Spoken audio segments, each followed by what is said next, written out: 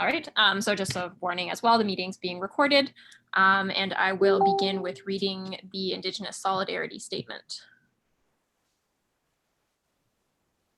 So we'd like to acknowledge that Concordia University is located on unceded Indigenous lands. The Ganyan-Gehaga Nation is recognized as the custodians of the lands and waters on which we gather today.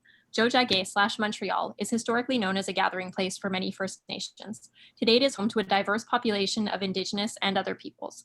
We respect the continued connections with the past, present, and future in our ongoing relationships with Indigenous and other peoples within the Montreal community. Let me just admit a couple more people, and then we can go on to a roll call. So I'll just call out your name, and if you can just say present, that would be helpful. All right, so I'll start with the execs. Isaiah, are you here? Yep, I'm here. Thank you. Malcolm? Yeah, present. Sarah? Hi. Thank you. Amy? Hi. Thank you. Daniel? Present. Thank you. Victoria? Here. Thank you. Holly? Present. Thank you. Eduardo? Here. Thank you. So that is all our execs. Jared, are you here? Yes, I am. Awesome. Thank you. Diana? Thanks you there. Phineas, are you here? Didn't see you either. Harrison? Hi, guys. Thank you. Phineas is here. Phineas is here. They just, yeah. Perfect. Thank you. I saw you there.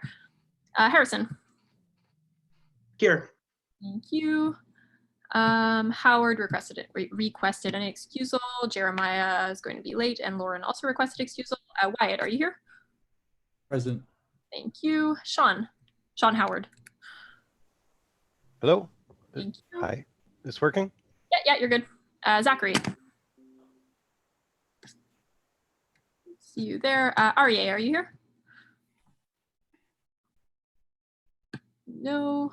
Sarah. Present. Thank you. Margot. Hey. Thank you. Shivani. Hello. You, Yasmin, I just saw you come in. Yeah, Yasmin, you're here. Yeah. Marlena requested excusal. Chris. Present. Thank you. Matthew. Here. Thank you. Sean. Here. Thank you.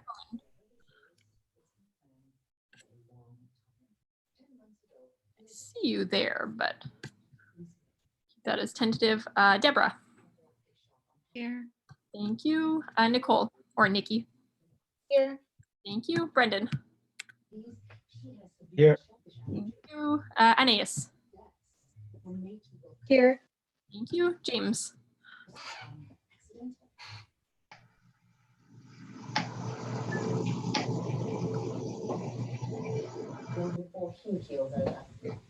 Oh, Alex, I see you there. And Yeah, Hirsch. present.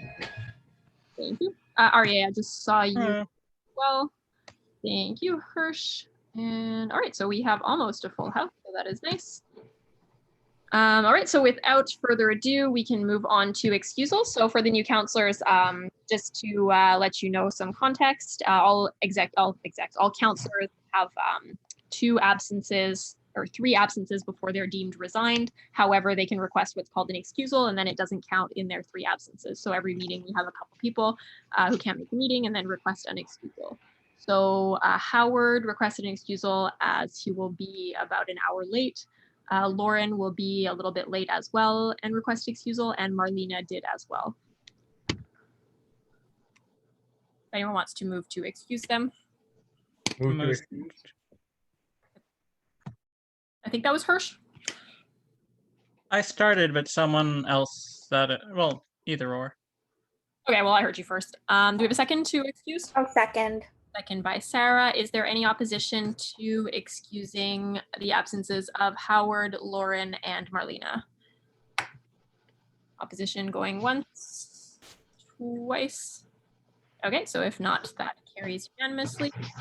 And we can move on to approval of the agenda. So approval of the agenda is where if anybody didn't submit their documents by Friday, or if they want to remove or add something to the agenda, they can do it now. We try to do it sparingly, obviously, but yeah, so the floor is open if anyone wants to add, remove, amend. Daniel. I'd like to add a motion to add a notwithstanding clause to the policy on clubs on committees of council. All right, I will. There. Shivani, you as well had requested before to add the ad hoc committee on mental health. So I'll put that under appointments. Is that okay? Yeah, thank you. Okay. Harrison, go ahead. Yeah, I just had a question regarding the last point on the agenda from Roman. I just want to make sure, because we don't have any documentation regarding this, that it is a point of discussion rather than a motion. Yeah, Roman, just to confirm, there was no documents that were supposed to be submitted, right? No, I didn't submit any documents. What's the difference between point of discussion and the other one you said? Oh, it's if there's a motion, like if you want to make a motion to do something, or if you just want to like bring up a topic. Yeah, no, it's more of a point of discussion. So, Okay, so in that case, there's not supposed to be any, like you didn't forget to submit documents. yeah, correct. Thank you. Gotcha. Thank you for that clarification. All right, is there anything else? Okay, and just for some context as well for the new counselors, there is something called the consent agenda under point 4. So that's where minutes are submitted along with committee minutes and executive reports. We just don't have any this meeting. And if there's anything that you want to discuss in those, you can pull them at this point, or else they're just approved by unanimity so that we don't take up a lot of time going through every single report. So at this point, if there's nothing else to add or remove, I just need a motion to approve the agenda and all items under consent. Caitlin, Move to approve the agenda. Oh, sorry. before we do that, can I just make sure that the motion that I added is going before my appointments committee motion? Oh, that's a good point. It is. Yes, it is. You're all good. Great, cool, thank you.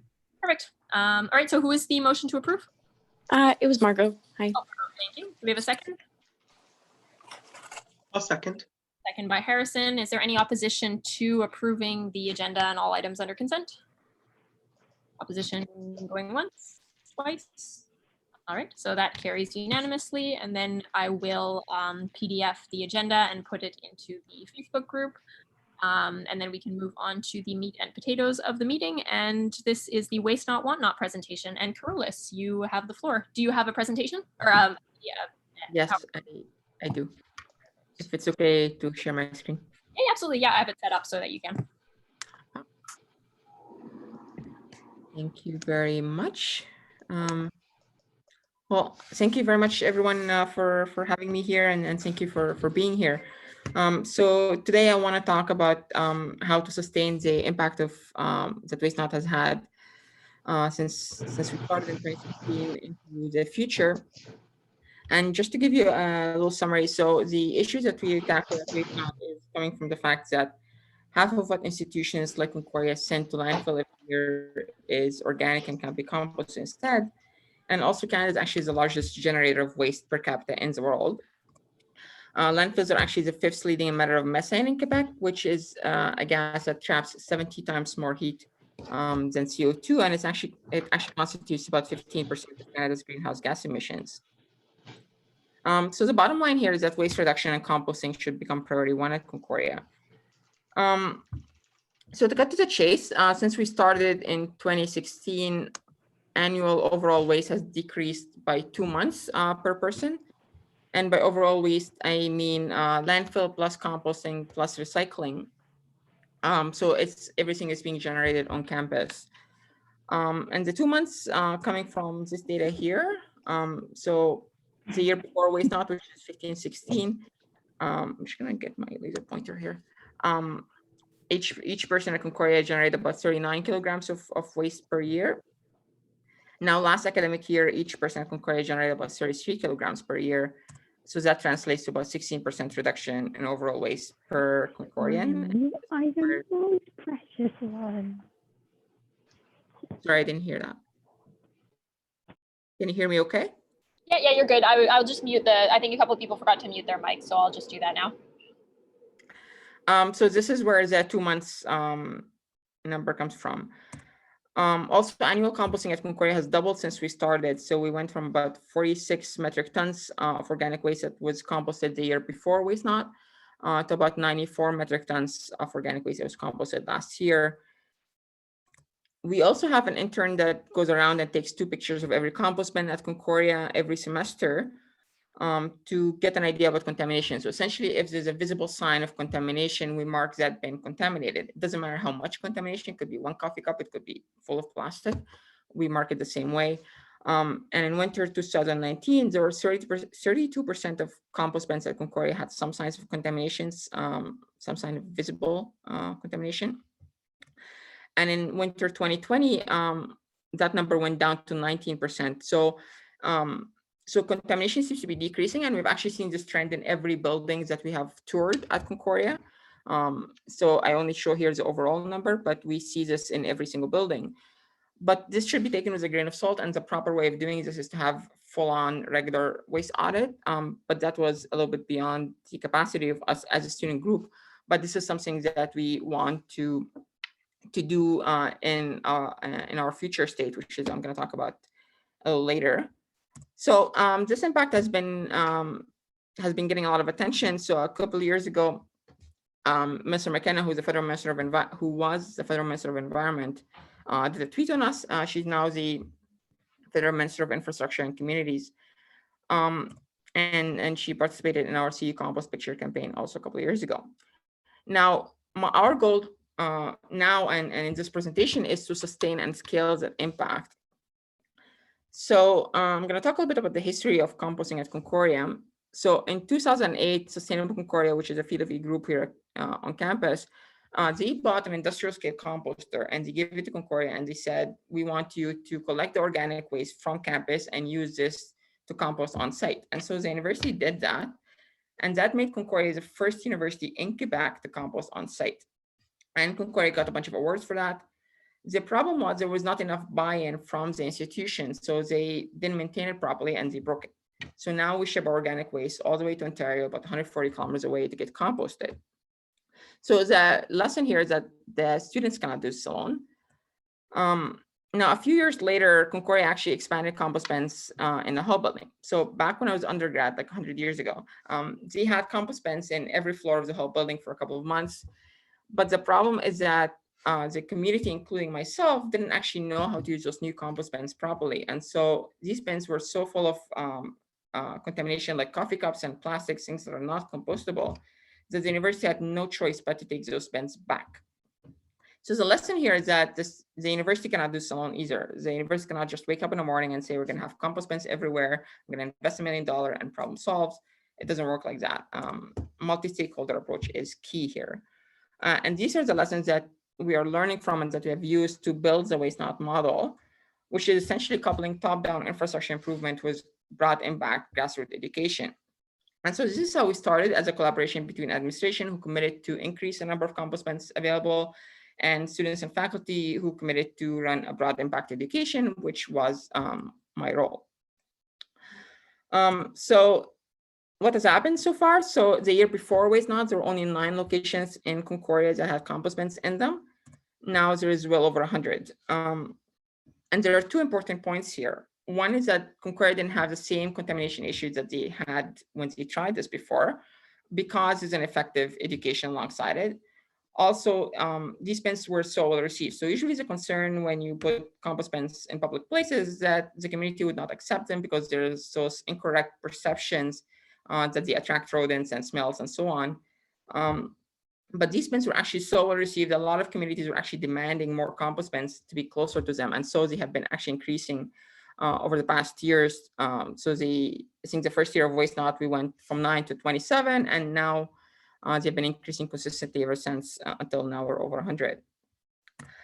Now, the challenge of education at Concordia is just from the sheer size of the institution. So we're a 2-campus university. There are 55,000 people here.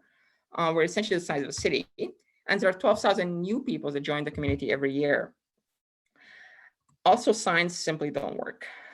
So we have to recognize that signage is the last piece of the puzzle, not the first. So people have to want to find the sign for it to be useful, want to learn how to sort properly and actually use a sign.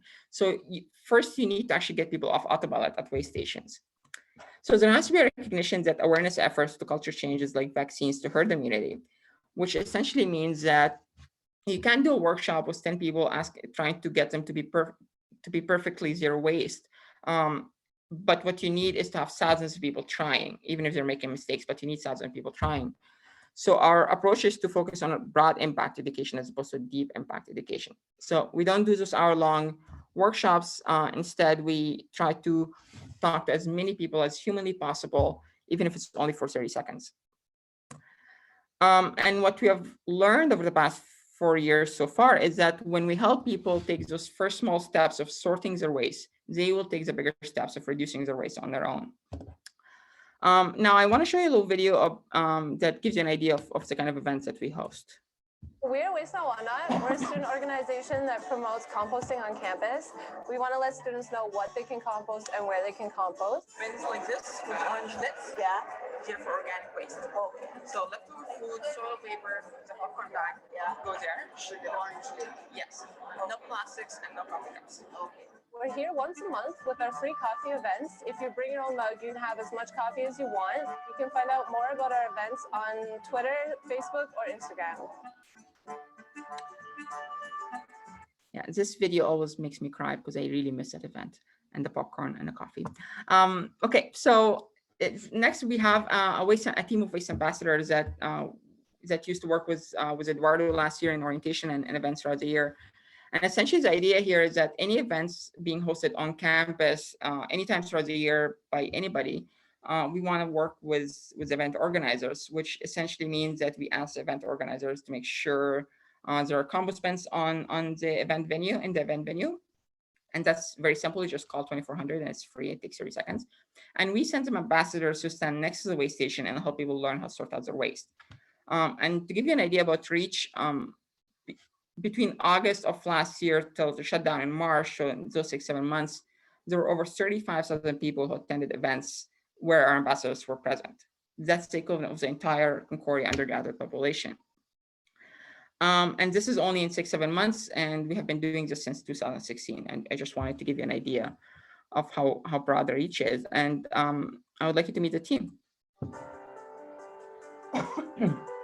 As a waste ambassador, we go to events at Concordia to educate people on sorting their waste and the importance thereof. We do this simply by standing next to the waste bins, and we interact with people, we answer their questions. And it's all about creating awareness among people because they don't know what is the things which can be composted. And if we start from Concordia, then this will spread to the whole community. Hier bij Concordia ons compost. هون بكونكورديا بنعيد تدوير الطعام. तो यहाँ इन Concordia University में हम compost करते हैं यानी खाद करते हैं. Εδώ στο Concordia κάνουμε κομποστοποίηση. Ici à Concordia, on composte. Here at Concordia, we compost. We also have those class presentations that are essentially 5-minute tutorials on waste sorting, and our approach is to target core classes. So back when I was an undergrad in engineering, I had to do about 7-8 classes that are common between every engineering student, no matter their department or their program. And we essentially target one of those core classes and present to it every time it's offered. And that way, over a couple of years, we reach the entire engineering population. And so we've mapped this out through all the 4 faculties with the goal of reaching the entire Concordia population over a couple of years. So between August and the shutdown in March, we present about 4,800 students using those presentations to core classes.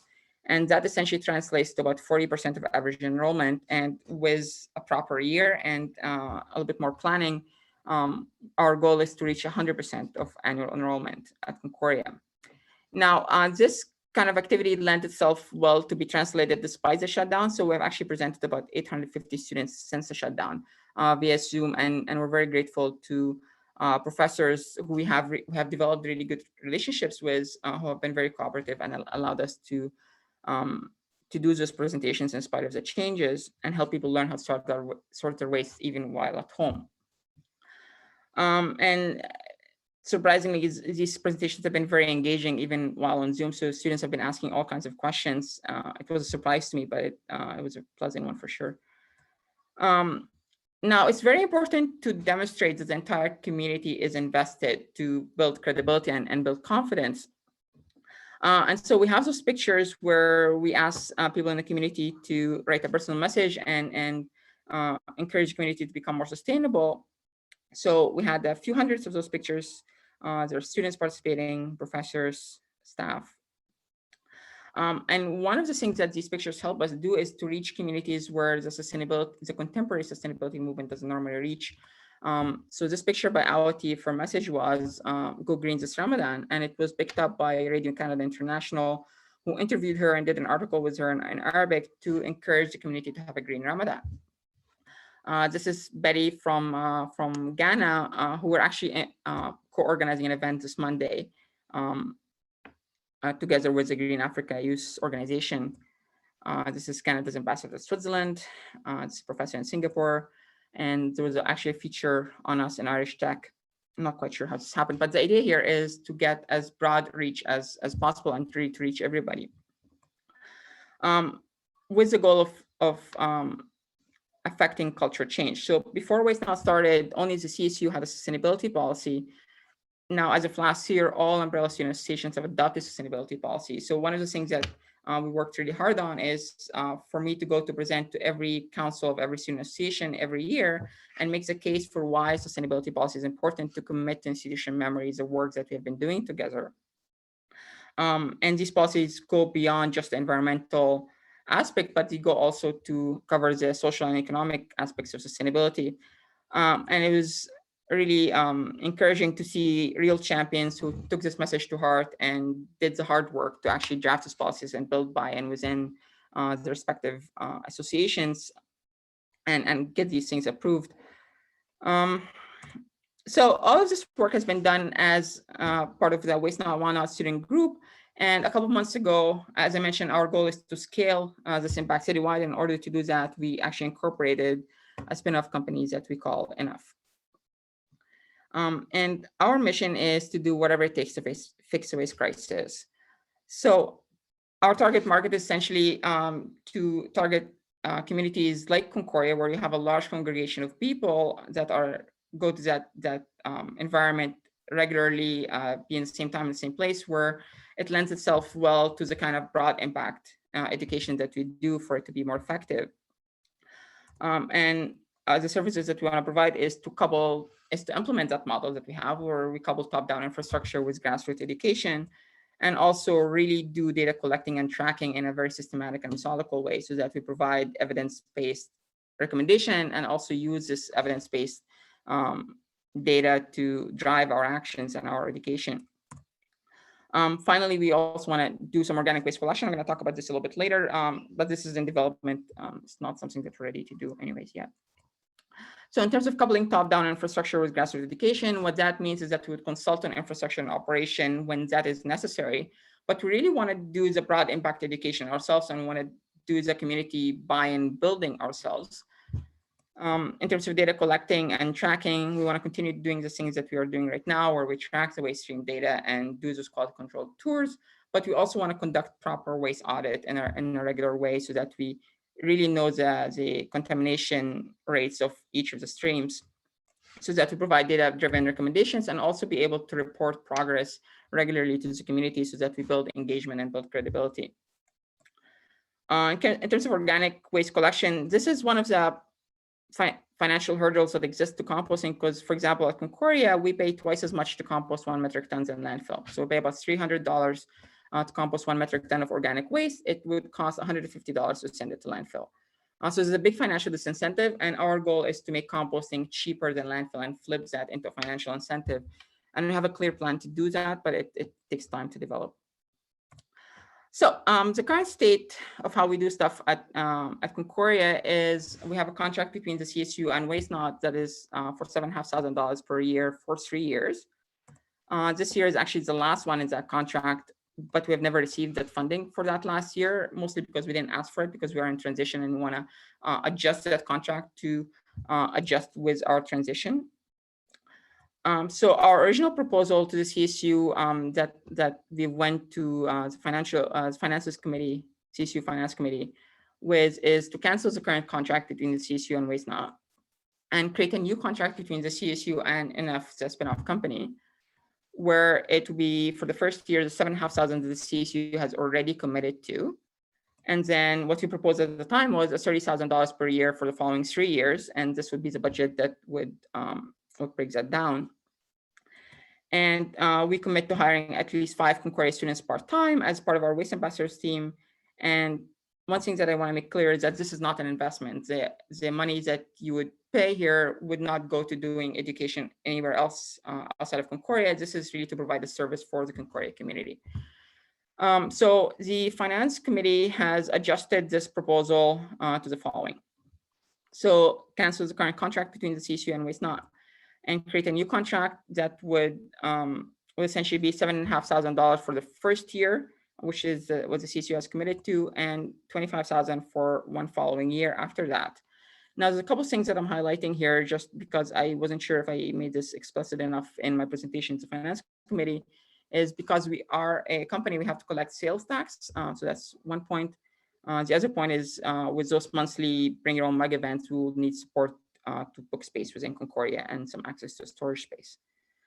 And as always, we commit to hiring at least 5 Concordia students part-time for our Waste Ambassador team.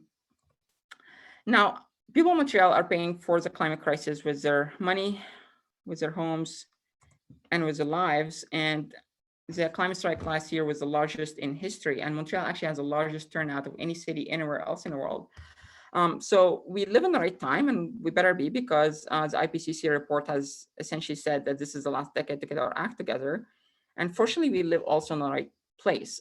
So the community in Montreal is mobilized and energized and is demanding of organizations like the CSU to take part in the fight against the climate crisis, which is what I'm here to help with.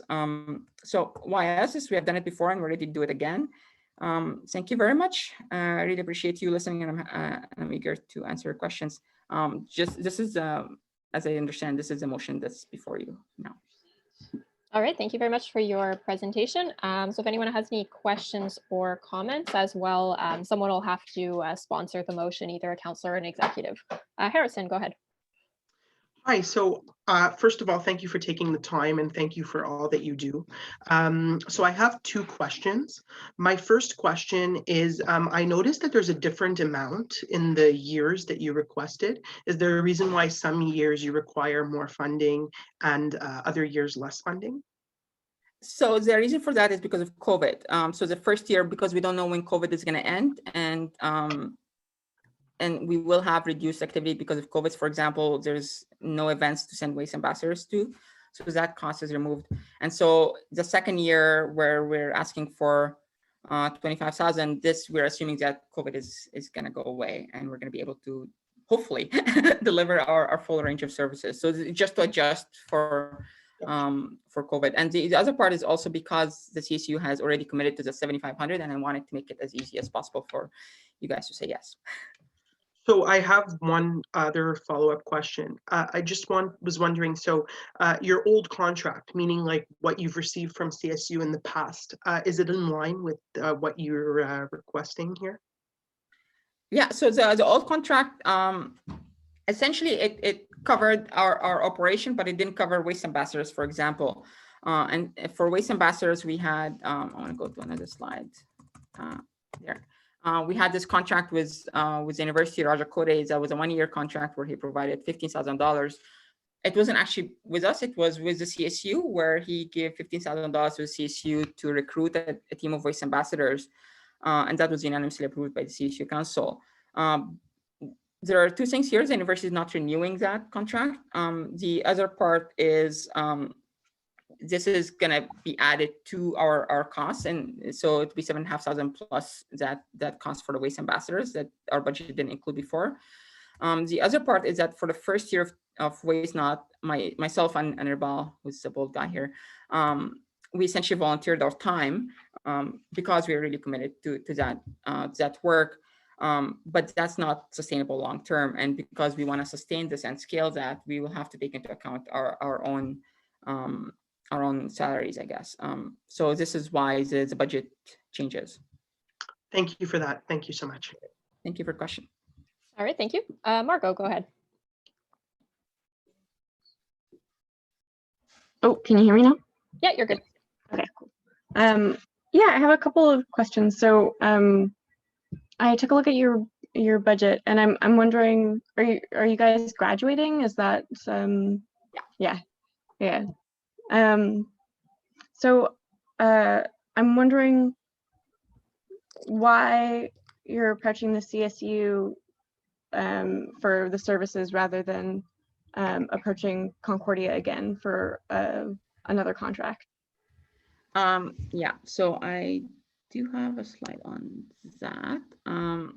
So one of the reasons you are not renewing that contract is because they're essentially they're doing a PR initiative, and so we are very outspoken when we criticize the university, and so they essentially told us unless we stop criticizing them, that funding is not going to be renewed, which is not something we're willing to do.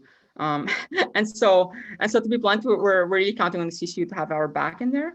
The other part is I have not seen like a student group sustain like this kind of scale of impact over time, because people graduate and 1 year you have a good team and the other year you don't. And because we want to sustain this work at Concordia, we feel that a spin-off company is really the way to go, which helps us sustain the work at Concordia, but also scale and replicate that work in other places. And I also want to mention that Waste Not started because of CSU. So our initial funding was from a 2-year grant through the Concordia Constitutional Life, through the Big Hair Idea competition, which was designed as a collaborative project. So students cannot apply to that, could not have applied to this grant alone. So we had to have co-applicants. CSU was one of those co-applicants. So this is a CSU success story, that even after that grant has finished, CSU has decided to continue to invest in that 3-year contract that I mentioned. So I feel like this is continuing to grow and scale would be a good reflection of CSU as well. Is it okay if I ask a couple other questions? Is that... Yeah. You have about a minute left. Okay, perfect. I also wanted to know about your data compilation. So it says that it takes 3 days to compile the data. I was also under the impression that I worked at the Hive, and often we have a compost bin, but the university just takes it and throws it in the trash. So I was wondering how the data collection happened. So, okay, so there are different kinds of data. When it comes to the waste streams, we go and scan the invoices. So Concordia pays per metric ton, depending on landfill and recycling and composting. And we literally just scan the invoices that Concordia pays the waste management company. And it's marked, this is going to the recycling streams, this is going to the composting streams, going to landfill stream. And this is also how we see the cost. And so we scan everything and we compile everything and we just track it this way.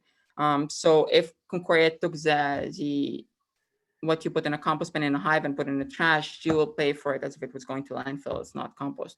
So we'll take into account these kind of issues. And this is where I think we bring a lot of value as well, because these issues come up all the time, where you have a compost bin with a garbage bag, where essentially the way they differentiate between it is the color of the bag. So if it has a compost bag, it will go to compost. If it has a garbage bag, it doesn't matter if the bin is marked compost or not. And so we were really the link between the community when they have these kind of complaints and the university. And it didn't always work. Sometimes it helped, because I think one of the things we track for with those tours is if they have the right bag in the right compost bin. Where is this? Sorry. Yeah, so this is just one part of the data, but we also track how many bins had the right bag and how many bins did not. And before, it used to be like 30% of the bins had the wrong bag. But last time we toured, we didn't see any bins with the wrong bag.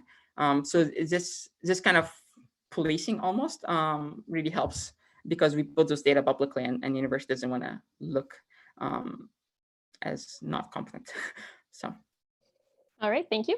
Margot, do you want me to put you back on the speakers list if you had more questions? Sorry if my answer was too long. Yes, please put me back on the speakers list. Sorry. Sure. Thank you. Hirsch, go ahead. So the motion mentioned 7.5K for this year from the operating budget, which I assume is already there. And it mentioned 30,000, 25,000 from somewhere else. All right, the Endowment Fund. So I guess the question is for Caitlin, or actually anyone who knows the answer. What is the Endowment Fund? What is the Endowment Fund? It is in a bylaw. Let me just pull it out. Actually, Holly, can you talk about it off the top of your head? Yeah, so essentially a fund that's there to just kind of ensure that, well, it's more for there to ensure that there's like student engagement on campus.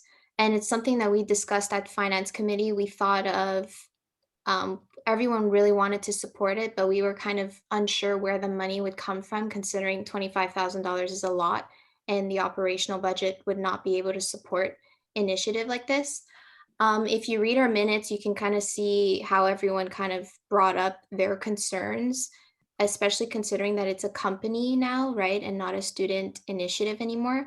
And that's why we thought of the endowment fund, because despite them being a company, they are bringing value to students on campus. So we thought that it would align well. And that's why Finance Committee came to the decision to just use the endowment fund.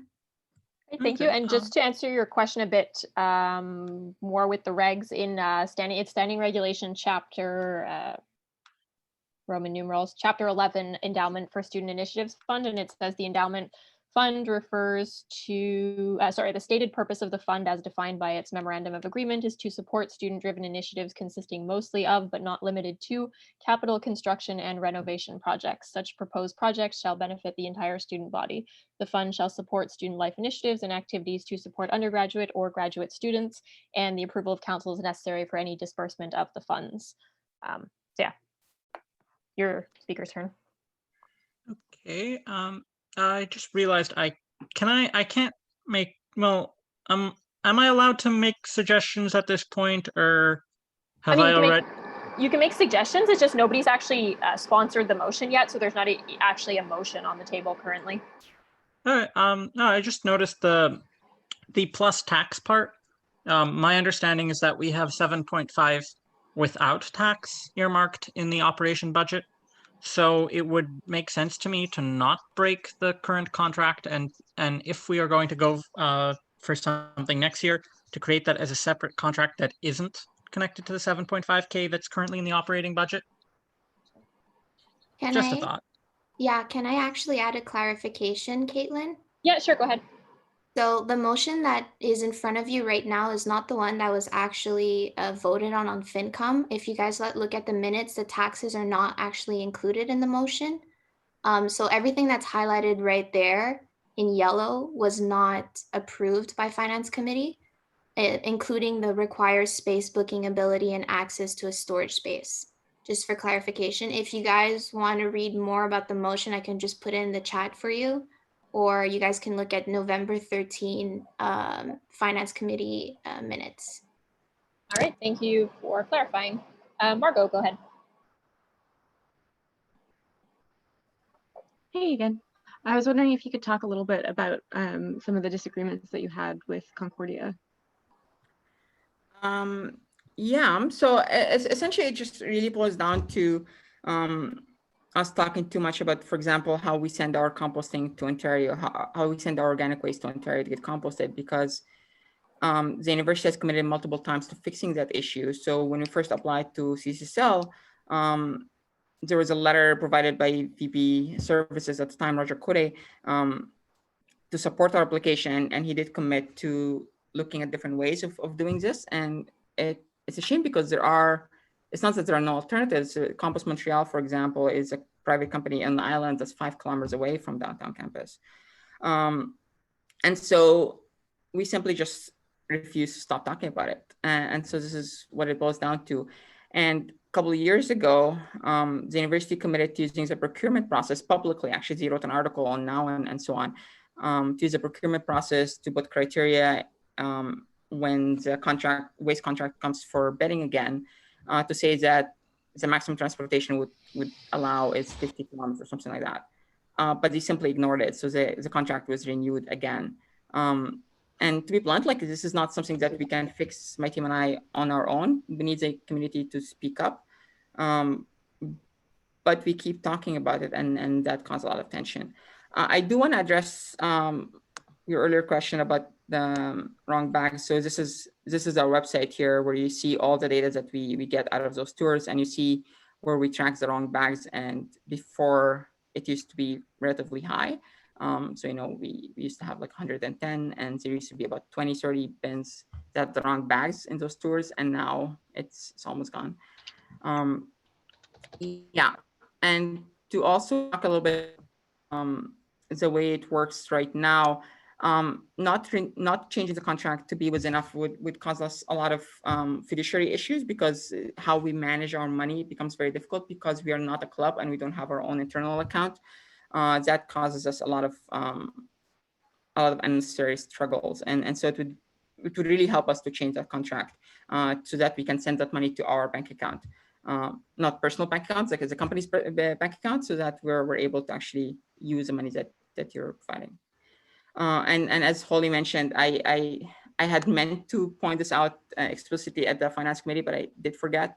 Because we're a company, we have to collect taxes, so that's why I did highlight them here to point out that this may not have been very clear at the finance committee, but it's something that is needed.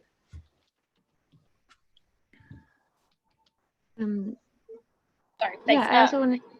Yeah, go. Sorry, I was going to say, do you have another question, Margot? Yeah, sorry. Yeah, go ahead. I'm wondering. So there, it says that in your proposal that the actual composting will be outsourced. So, you're like, just to clarify, you guys would be like a middleman for the actual composting, and then also provide education and engagement. Is that so? Right now, what we're offering the CSU is those activities that are listed in the budget. What I've shown before, like these different things here, this is our range of services that we hope to get to provide. So right now, we're not asking the CSU to get us to collect organic waste. So this is just our summary for our business plan in a way, but it doesn't mean that I'm asking the CSU to buy into all of these services. Essentially, the CSU, I think, within their jurisdictions are only able to ask for education services, which is what's listed on the budget. Thank you. Harrison, go ahead. Sorry about that. Yeah, I have two questions. So my first one is for Carolis. So now that you and your partner are going to be leaving, graduating the school, do you think your relationship with the administration and Waste Not Want Not's relationship with the administration and getting things done will change? We have really good relationship with the senior administration. The struggles that we have with Concordia to be blunt, with people who are, they're usually the staff that are working on these kinds of issues. And what has often been helpful for us is that we can always go to the senior administration, who we have really good relationships with, to sort of mitigate those issues. And they have never really been just about being students. They're often fairly supportive when I talk about these kind of initiatives to scale that impact beyond Concordia, because it does look good for Concordia, because it is a Concordia success story that's having an impact in other places. That's one thing. The other thing is Concordia is a very big place. It's decentralized, and with or without administration support, our relationships with professors has been excellent. And as I mentioned, with those Zoom classes since the shutdown, these are not things that you would expect a professor to agree on, especially with all the extra stress that's coming from the transition to an online world. But they have been very helpful for us, and I value this relationship, and I don't see it deteriorating. So a lot of these things are based on relationships that are not necessarily with senior administration. These are with people who organize events like the CSU for orientation and other student associations, and that has nothing to do with senior administration. Similarly, with class presentations, this is with teachers, and they're always very cooperative, I found. Thanks. Would I be able to ask a follow-up question to Holly? Yeah, go ahead. How much money is in the endowment fund, Holly? Andrew gave me a breakdown of the remaining balance, so I wouldn't be able to tell you like on average like how much is there besides the remaining balance. If that's something that council wants to know, I can pop it in the chat for everyone. Yeah. Yeah, sure, that'd be great. That would be good. Thank you. All right, thank you. Matthew, go ahead. All right, first, I would just like to make a motion. I might retract it later, but could we send this to a motion to send this to sustainability? Okay, do we have a second to defer this to Sustainability Committee?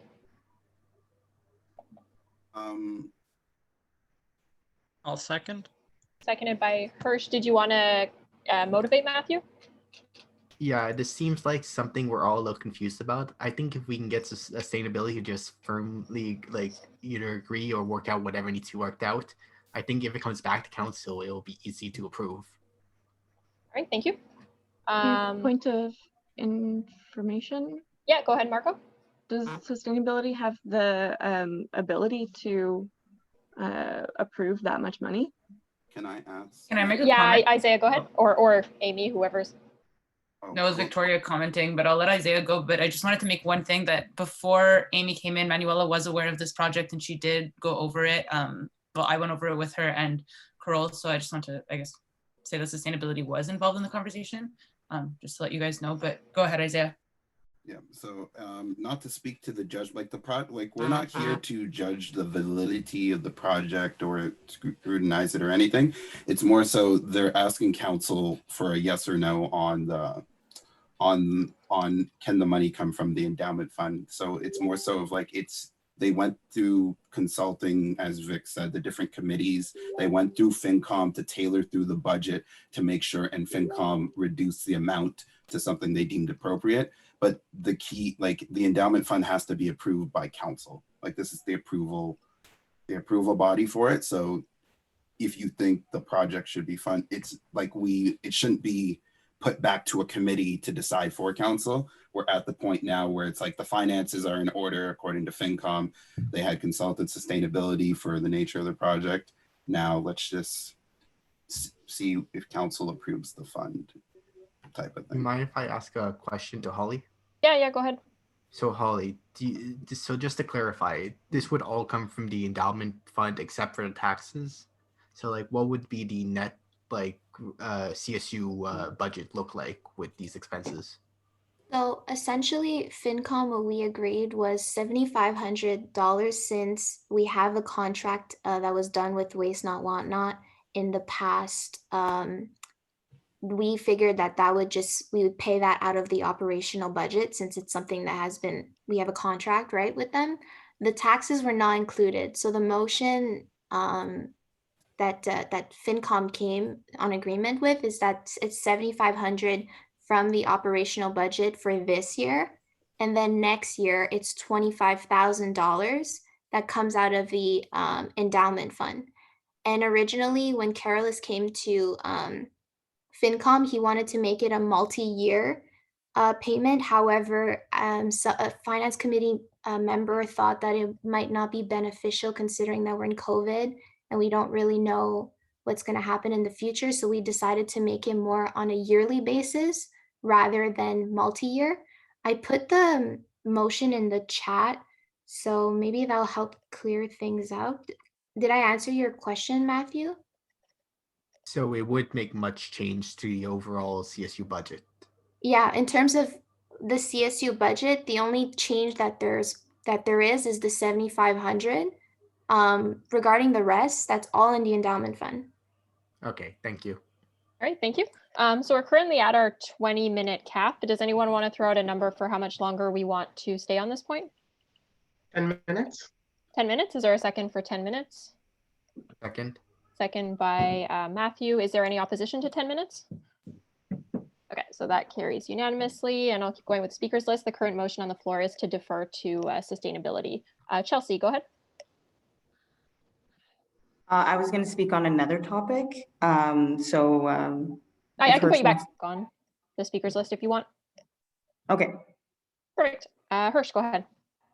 Okay, so I guess before I start, a question for Holly. how much the endowment fund's current balance, is that before or after taking into account whatever might have been earmarked for Space Concordia? That does not include Space Concordia. So that is the remaining balance from starting this fiscal year. So starting like June.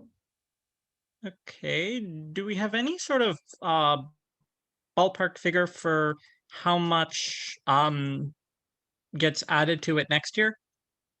I don't have that information, but because Andrew, normally the Dean of Students manages the endowment fund, so I don't have much information on it, but if that's something that council wants to know, I can definitely send Andrew an email and CC you if that's something that you'd like to know. Okay, cool, thanks.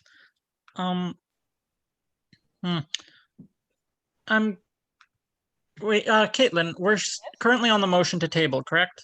Yeah, to defer to sustainability. So no other motion is possible. No, unless, yeah, we have to vote that one down first or vote for it. Okay, then I'll go back on the speed. Well, I'll wait for this one to finish. Sure. All right. Do we want to keep talking about the deferring to sustainability or take a vote right now? We can take a vote. Okay. Is there any opposition to taking a vote just on that right now? And then we can get back if it fails to the question at hand. I'm just confused to why we would bring this to Sustainability Committee still. I feel like all that's going to do is just slow the process for Waste Not Want Not. Matthew, did you want to explain? I can rescind this motion if you want, if that's okay. It's already been seconded, so procedurally we're not supposed to rescind it, but I guess I can do the opposite of a unanimous vote and just ask if there's anybody in support of the motion, and then if there is, then we can move to a roll call vote just to speed things up. Is there any opposition to doing that?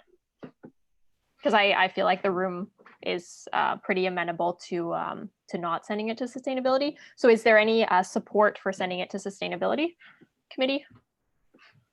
Support going once, twice. Okay, so the motion fails. And we're back on the main, I guess the main speakers list. However, there's still no motion on the table because nobody sponsored the one that was in Carolus's presentation. So Chelsea, go ahead. Yes, I just wanted to propose an amendment to the motion that is on the table now, as of now, to remove the plus tax, as that was not a sponsor. That was not the motion that was originally sponsored by FinCom. We did not agree to the tax, and it is a significant amount, as the original amount is already significant. We already passed that motion through the consent agenda, actually. So currently, if I understand correctly, Carolus, you're here to request specifically the tax and the storage space and space booking support. If I can speak to that a little bit, so this is what I've shown. Like it's a table, at least the taxes part is a little the highlighted, like these taxes part are different from what I've shown, but the table is essentially the same. And what I've shown is that essentially trying to state that this does not include tax in terms of my budget breakdown. I had meant to say that and explicitly mention it. I honestly forgot, and I apologize for that. It makes it very difficult. So what I understood the rationale from FinCom in terms of reducing it from 30,000 to 25 is that they looked at our previous budgets, which were usually between $10,000 to $15,000 a year, and then they added the $15,000 that would be necessary for waste ambassadors, and this is how they come up with the 25,000. So the costs are already kind of condensed, and we do have to collect taxes no matter what for the government. So essentially, what you would be approving is 25,000 including tax, which would mean that the amount of money that we would have to use for our activity would be less. I guess it would be 22,000 or something like that. So that will make life difficult, but I mean, we can handle it. It means that we will not be able to provide all the service that we want to provide, and this is why I wanted to correct my mistake for not mentioning it. Yeah, so this is sort of my rationale of why I'm trying to fix my mistake now. All right, thank you. Does that make sense, Chelsea?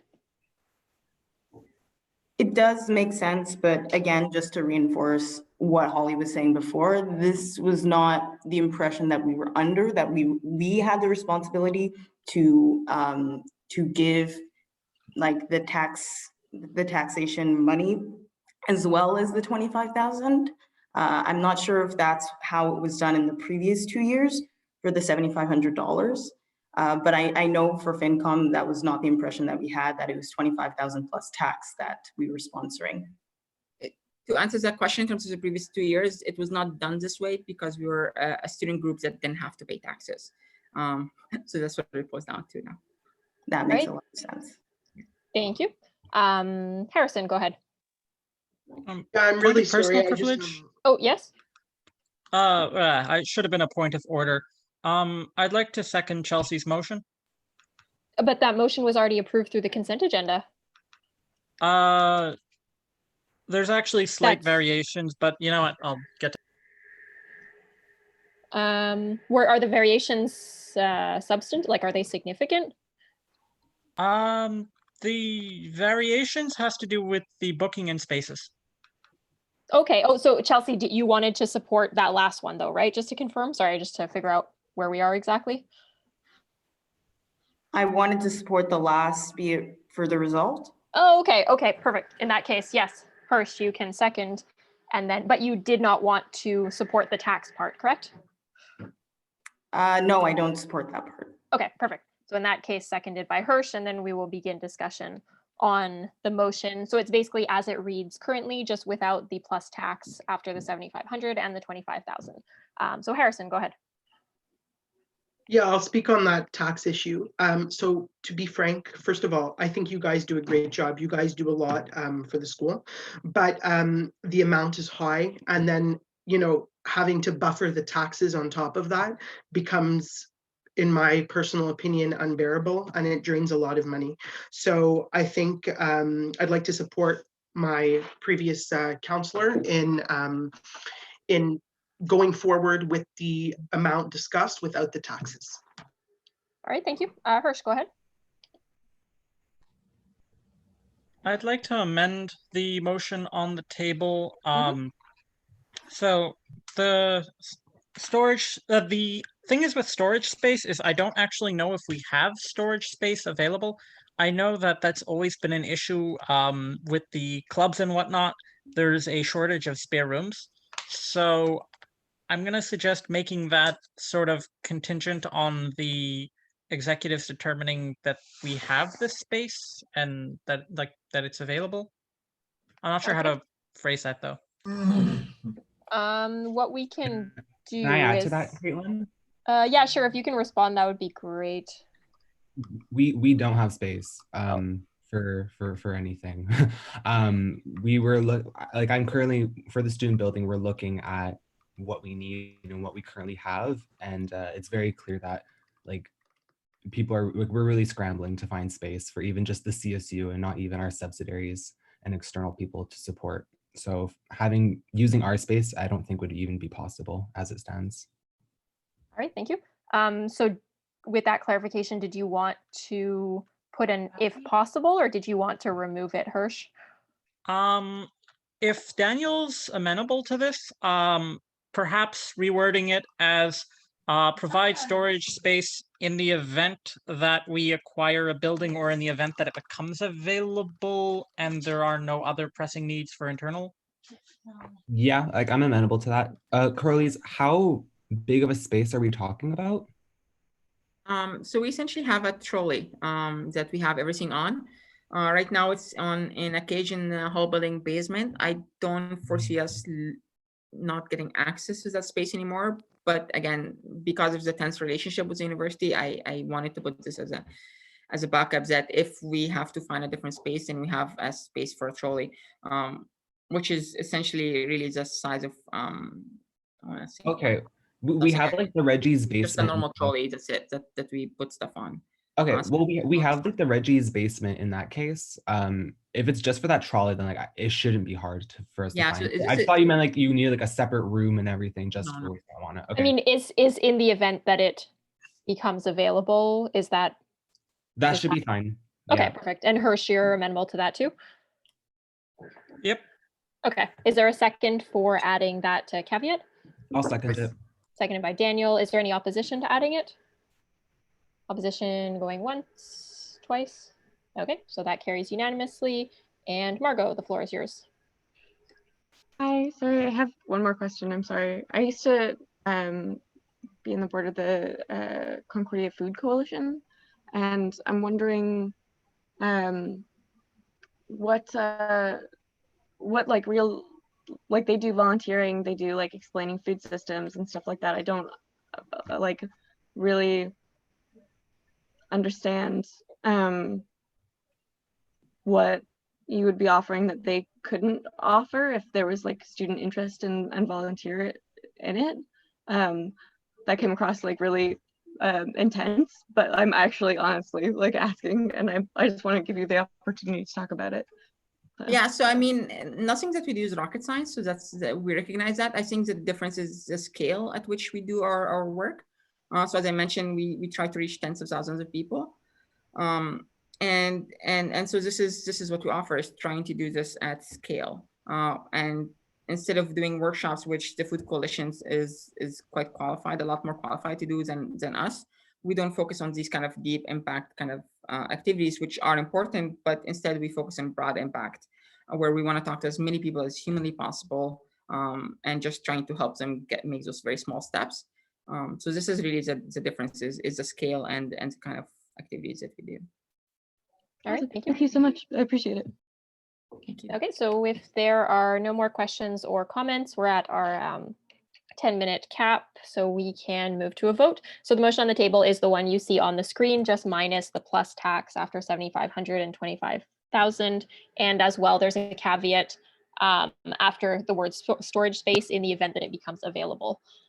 So are there any questions before we go to a vote? Okay. Who sponsored this motion?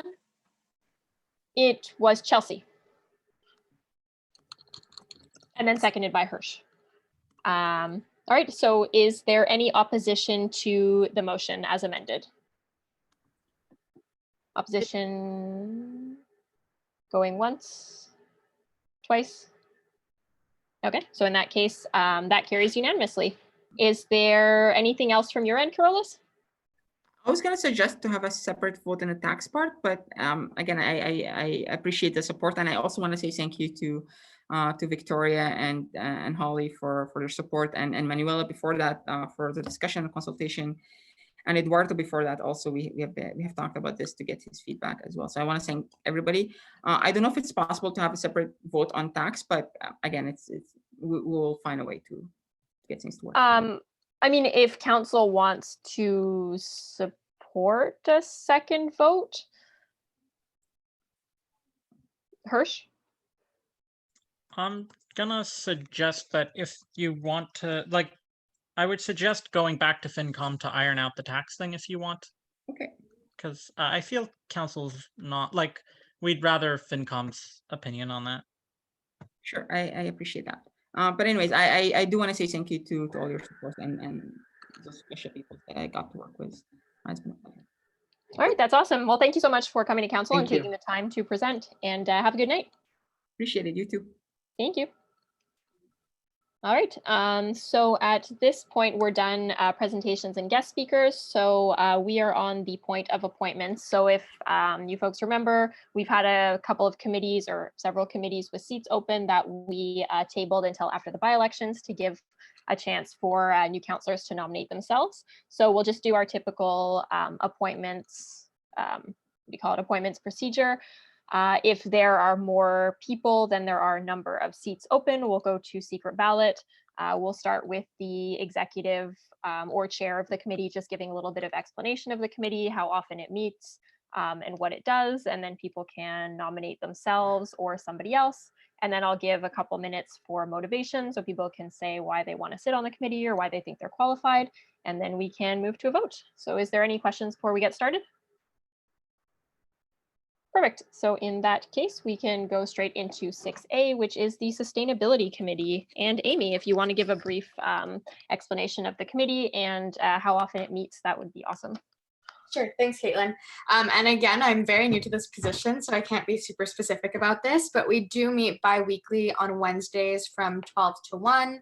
And so we go over just different project ideas, and just to give you a good idea of what we're going to be doing in the near future is looking through bursaries, also getting feminine hygiene products, and just different projects that we want to get along. Also, people are submitting sustainability project ideas that we're looking over.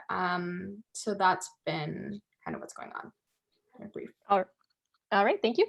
So is there anybody who wants to nominate themselves or someone else to the Sustainability Committee? And if committees aren't filled, they'll just come back at the next meeting. I'd like to nominate myself. All right, so we have Nikki. Is there I'll anyone second else? that. Oh, who was the second? Sorry. I'll second. It's Margot. Oh, Margot. All right, seconded by Margot. Is there anyone else who wants to nominate themselves or someone else? Going once, twice. Okay, so if there's no one else, then we'll move straight into motivation. So Nikki, why do you want to sit on the Sustainability Committee? Yeah, so sustainability is something that I'm really passionate about. And I actually have some ideas I want to bring to the Sustainability Committee. The main one is that I think that there are no adequate ways right now to recycle school supplies. We're students, we have lots of school supplies like highlighters, pens, markers, stuff like that. And you can't put that in the recycling. But Bureau and Grow with this company called TerraCycle has some sort of like way that you can recycle these supplies, but you have to bring it to Bureau and Grow, and that's like super complicated. And I think if we want people to be able to be sustainable, we need to make that accessible to them. So I would love to be able to work with the Sustainability Committee to be able to make this program happen through Concordia so we can make sustainability more accessible to students. All right, awesome. So is there anything else before we go for a vote? Okay, so we just need a motion to approve Nikki onto Sustainability Committee. Motion to approve. Motion to approve Isaiah. I think that was, who was the second? Jeremiah. Jeremiah. Okay, so moved by Isaiah, seconded by Jeremiah. Is there any opposition to approving Nikki onto the Sustainability Committee? Opposition going once, twice. Okay, so that is approved unanimously. And congratulations, Nikki, you are on the Sustainability Committee. Thank you. Right, and Amy will reach out to you with dates and times for meetings. So next we have the Loyola Committee, and there are 2 seats open on this one, and Malcolm, this one is yours. So if you just want to give a brief explanation of the committee, go ahead. Hi, everyone. Welcome, new counselors. My name's Malcolm. I go by he, him.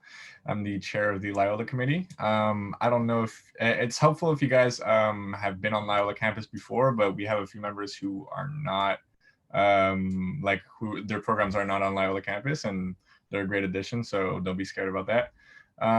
And so, yeah, for this committee, we're working on a few projects. We want to look at marketing strategies to get the Loyola grants available or visible to students. So we're also working on a survey, reaching out that involves like reaching out to MAs, program chairs, secretaries. We're also we also are creating a I wanted to have a project where we bring together all representatives on Loyola campus so that they can all communicate with each other. So this is a cool project, and I'm excited to get started on that. We meet when we need to. We've only met a few times this year, so we're not having. Okay. You have a great day. All right, thank you, Malcolm. So is there anyone who would like to nominate themselves or someone else to the Loyola Committee? Loyola Committee, going once, twice. Anyone Loyola Committee? Okay, so if there's no interest tonight, it will just come back on the agenda in December. So there are 2 seats open. Tell your friends. Hopefully we can get someone onto the committee. I'm so sorry, Malcolm. All right, so if there is no one for Loyola. Point of information. Yes? Malcolm, do you have quorum for your committee?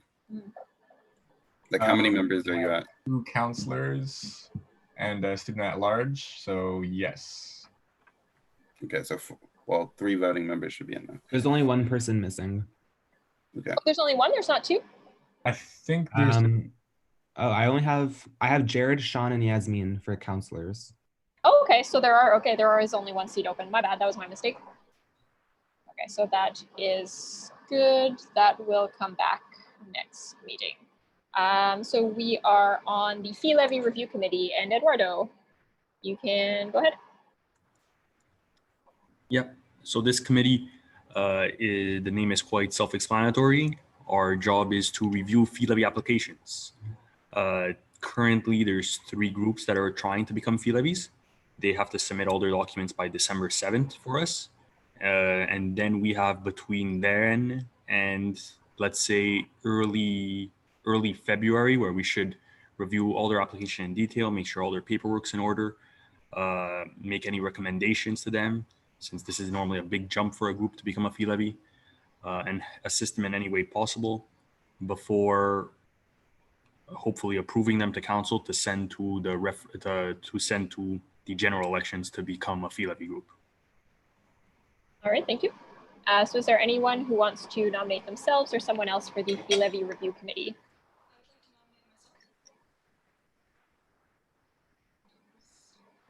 Fee Levy Review Committee, anyone? I'd like to. If you guys can hear me, I said I would like to nominate myself. Oh, my apologies. Okay, we did not hear you. Phineas, all right. And Wyatt, did you want to nominate yourself as well? Yeah, I would like to nominate myself as well, please. Okay, do we have seconds for Phineas and Wyatt? Can I second both of them?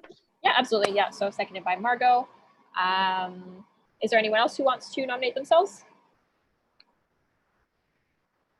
Okay, so if not, I'll move to motivation. So Phineas, why do you want to sit on the Fee Levy Review Committee?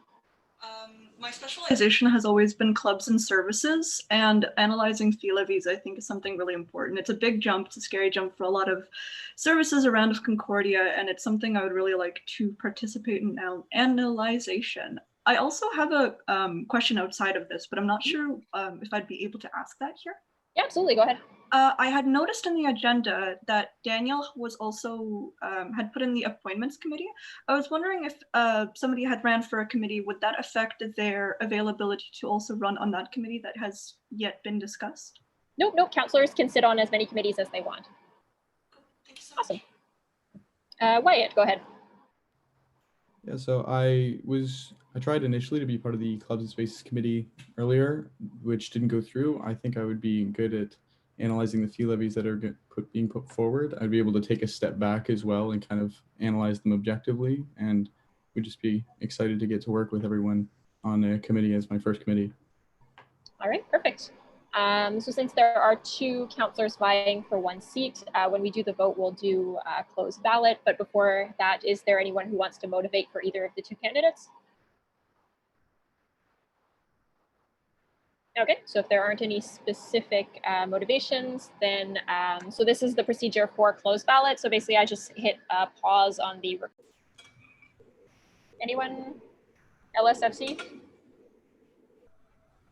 I'm down to do it, but I have work tomorrow, so I could like split up my, like take my break at 4, but I'd only be able to join for like 30 minutes for tomorrow's meeting.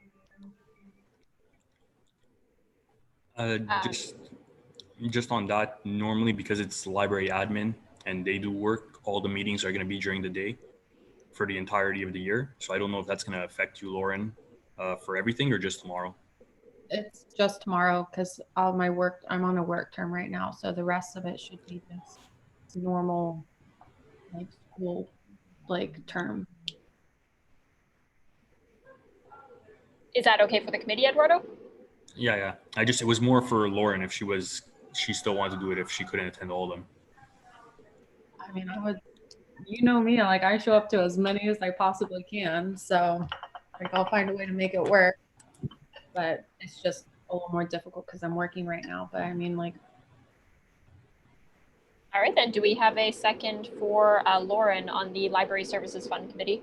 I'll second. Second by Harrison. And if there is nobody else who wants to nominate themselves, Lauren, why do you want to sit on LSFC?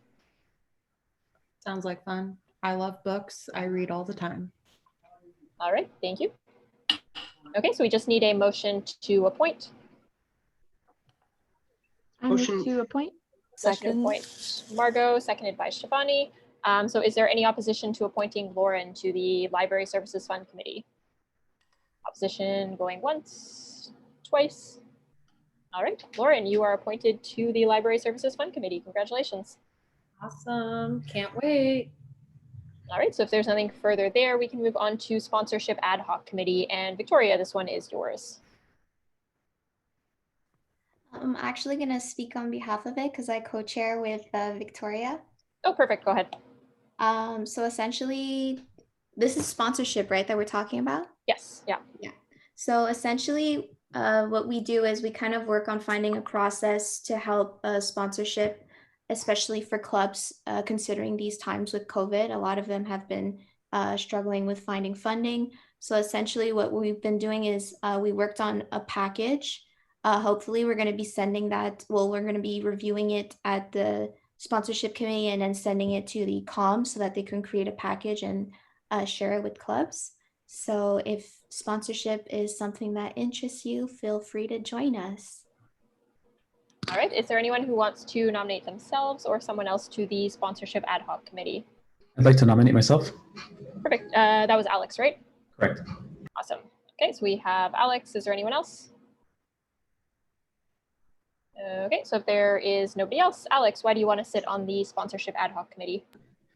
So I've actually dealt with sponsorship for a long time at the ECA with over my 3 years there. And in my last year was one of the main focuses that I had as part of also organizing a major event where we raked in about $140,000 in sponsorship. So I have a lot of experience with that, and I'm happy to share that with the committee. All right. Is there anything further before we move to a vote? Okay, so if there's nothing further, we just need a motion to appoint.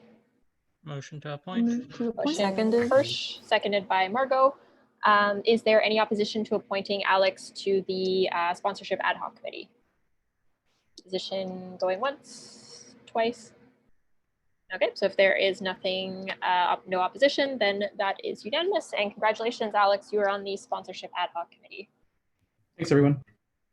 All right, so with that, we can move on to CAF. And Victoria, this one is yours, if you want to speak to it. Yeah, we have I mean, not that anybody really cares, but we have a meeting on Thursday for CAF, and we're looking for someone else on council to represent now that Desiree is gone. And essentially, it's just to fund projects. So CAF is Community Action Fund, so projects within the community, Concordia community. So yeah. All right, is there anyone who wants to nominate themselves or someone else to the Community Action Fund? I'd like to nominate myself. That was Phineas, right? Yep.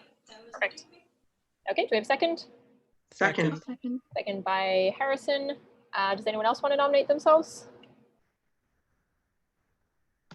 Okay, so if not, Phineas, why do you want to sit on the Community Action Fund? As mentioned previously, and I guess my last motivation, working with community services, been with specializations, currently what I've been looking through as FASA on their board. It's currently what I've been doing with the Animation Association, Animate Concordia as well. So looking through how to proceed with the community, always been something I've been interested in. So I would love to sit on the committee and be able to help out with that. All right. So is there anything before we move to a vote? Okay, so I just need a motion to appoint. Move to appoint. Move to appoint Margot, second. Second. Second by Shivani. Is there any opposition to appointing Phineas to the Community Action Fund? Opposition going once, twice.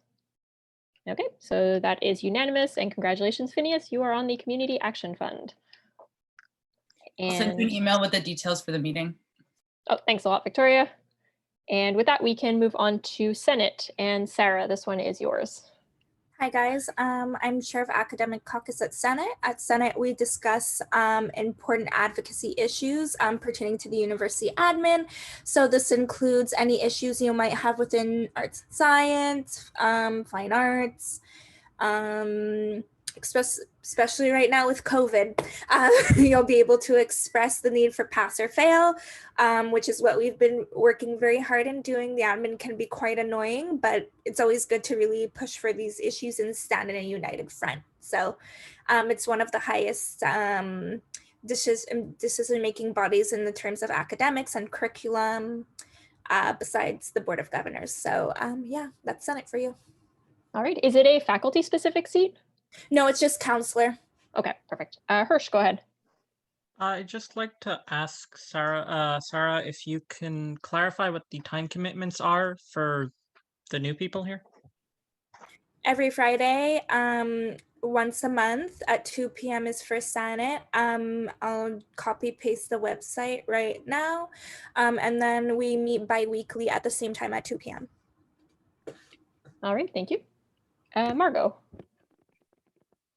I'd like to nominate myself. Okay, do we have a second? Seconded by Shivani. Is there anyone else who wants to nominate themselves? I'd like to nominate myself. Oh. Okay, I heard a couple of people. Jeremiah, is there a second for Jeremiah? Second. Second by Matthew, and I heard somebody else back there? Yeah, Deborah.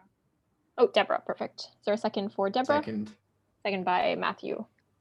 Is there anyone else? Yeah, I'd also like to nominate myself. Perfect, that's Brandon, right? All right, so Brandon as well, seconded by Matthew. Is there anyone else? Okay, so if there's no one else, we will just go through motivations individually. So Margot, why would you like to sit on Senate? I have a good deal of experience talking with the administration and convincing them to do things they really don't want to do. I sat on the Standing Committee Against Sexual Violence and Sexual Misconduct. I also worked with the English department on their faculty-specific issues around sexual violence. I am really interested in Senate. I think I'd be great at it. I know some of the people who are on it, and I know I can work really well with them. So it would be nice. But yeah. Oh, right, also, wait, one more thing. Sorry, I missed last council meeting because I was moving across the province. I'm very available today and onwards, just to clarify. Thank you so much for clarifying. Jeremiah, go ahead. Hello, everybody, and new councilors too. Yeah, I want to go on Senate. I feel that there's a lot of like similar opinions on Senate at the moment, and personally, I feel like I would bring a fresh new perspective, representing certain students at Concordia, and I feel that, yeah, that's it. I feel like I would bring a fresh perspective to the table, and I would be like the dissenting voice, if anything. And I'm a good arguer too. I feel like I would be able to debate very well and come to the interests of the students for Senate. And I would really appreciate a vote, and I look forward to working with all of you. Thank you very much. All right, thank you, Jeremiah. Deborah, go ahead. Hi guys, being a new Senate, this is kind of nervous, but I'm ready to take the task on. I like to debate, and I feel like I'll be a good asset to the team. I am passionate about advocating for students and helping them through these difficult times. And I also have, not experience, but I feel like I could bring something new to the table, and I'm really outspoken. I've already talked to previous teachers in the political science department with the situation of pass and fail, just to see their own perspectives. I feel like I can add something else to the table. So that's it. All right, thank you very much, Deborah. And Brendan, go ahead. Basically, I would like to be on Senate because I am somebody that likes to get to like the nitty-gritty of things, and I think that the Senate is a really important body where all that stuff gets to be deliberated, especially like Sarah had mentioned for pass-fail and a bunch of other issues that are really getting some attention. So I guess what I would do is I would bring sort of, again, another perspective to the table, a sort of like not a newbie, but a fresh look onto how things are actually getting done with students. All right, thank you very much, Brendan. So your nominees, I just put them into the chat. Is there anyone who wants to motivate for any of the nominees? Yes, I would like to motivate for go ahead. Brandon. Sure, go ahead. I've worked with Brandon on the Concordia Liberals, and I know he's a very hard worker, and I know he's capable of doing the job. All right, thank you. Zach, go ahead. Yeah, so I just want to say that I really think that we as counselors should think twice about rewarding someone who uses their position as a counselor to make a mockery of transgender and non-binary people with a seat on this university's highest academic body. someone who has a history of making repeated inappropriate comments and who isn't willing and doesn't care about changing their behavior. Despite numerous interventions by other counselors, the chairman and the executive. Someone who has created a hostile environment on council that led to the resignation of one of our fellow counselors. I'm not trans and non-binary, but my partner, the person I love more than anything, the person who I chose to live with and share my life with is. So despite not experiencing this oppression myself, it still has pretty close to home for me. My partner and every other transgender and non-binary student that calls Concordia University home have to endure enough crap already as it is, with having a representative who openly mocks them and doesn't take their concerns seriously. I believe that the many transgender and non-binary students in the student body we're ostensibly supposed to represent deserve better from their council than to elevate this person to a further position of power. I hope the rest of my fellow councilors will reflect on this and join me in voting against Jeremiah's candidacy. Okay, thank you. Just watch the personal attacks. Margot, go ahead. Yeah, I'd like to rescind my candidacy and encourage people to vote for Deborah. Thank you. Daniel, go ahead. I was gonna kind of join with Margot said and root for Deborah. I feel like Senate is really lacking representation right now. It's a little stale, so I feel like we need some proper BIPOC representation on Senate. So I'd really urge you guys to vote for Deborah. Okay, thank you. Isaiah, go ahead. Sorry, as what's it called? Daniel took the words right out of my mouth. I encourage people to vote for Deborah in terms of representation and kind of like being outspoken on these issues that we're facing as students. Thank you. And Sarah, go ahead.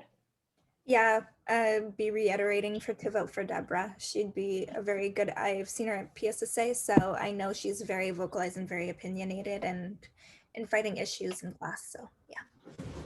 Okay, thank you. And Jeremiah.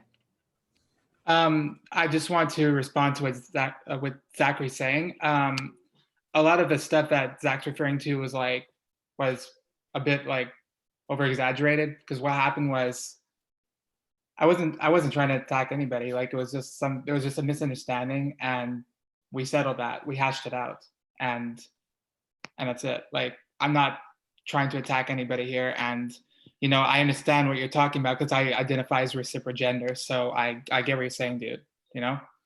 And that's it. I just hashed it out. I didn't mean to offend anybody, and I apologize for any jokes that I made that were offensive.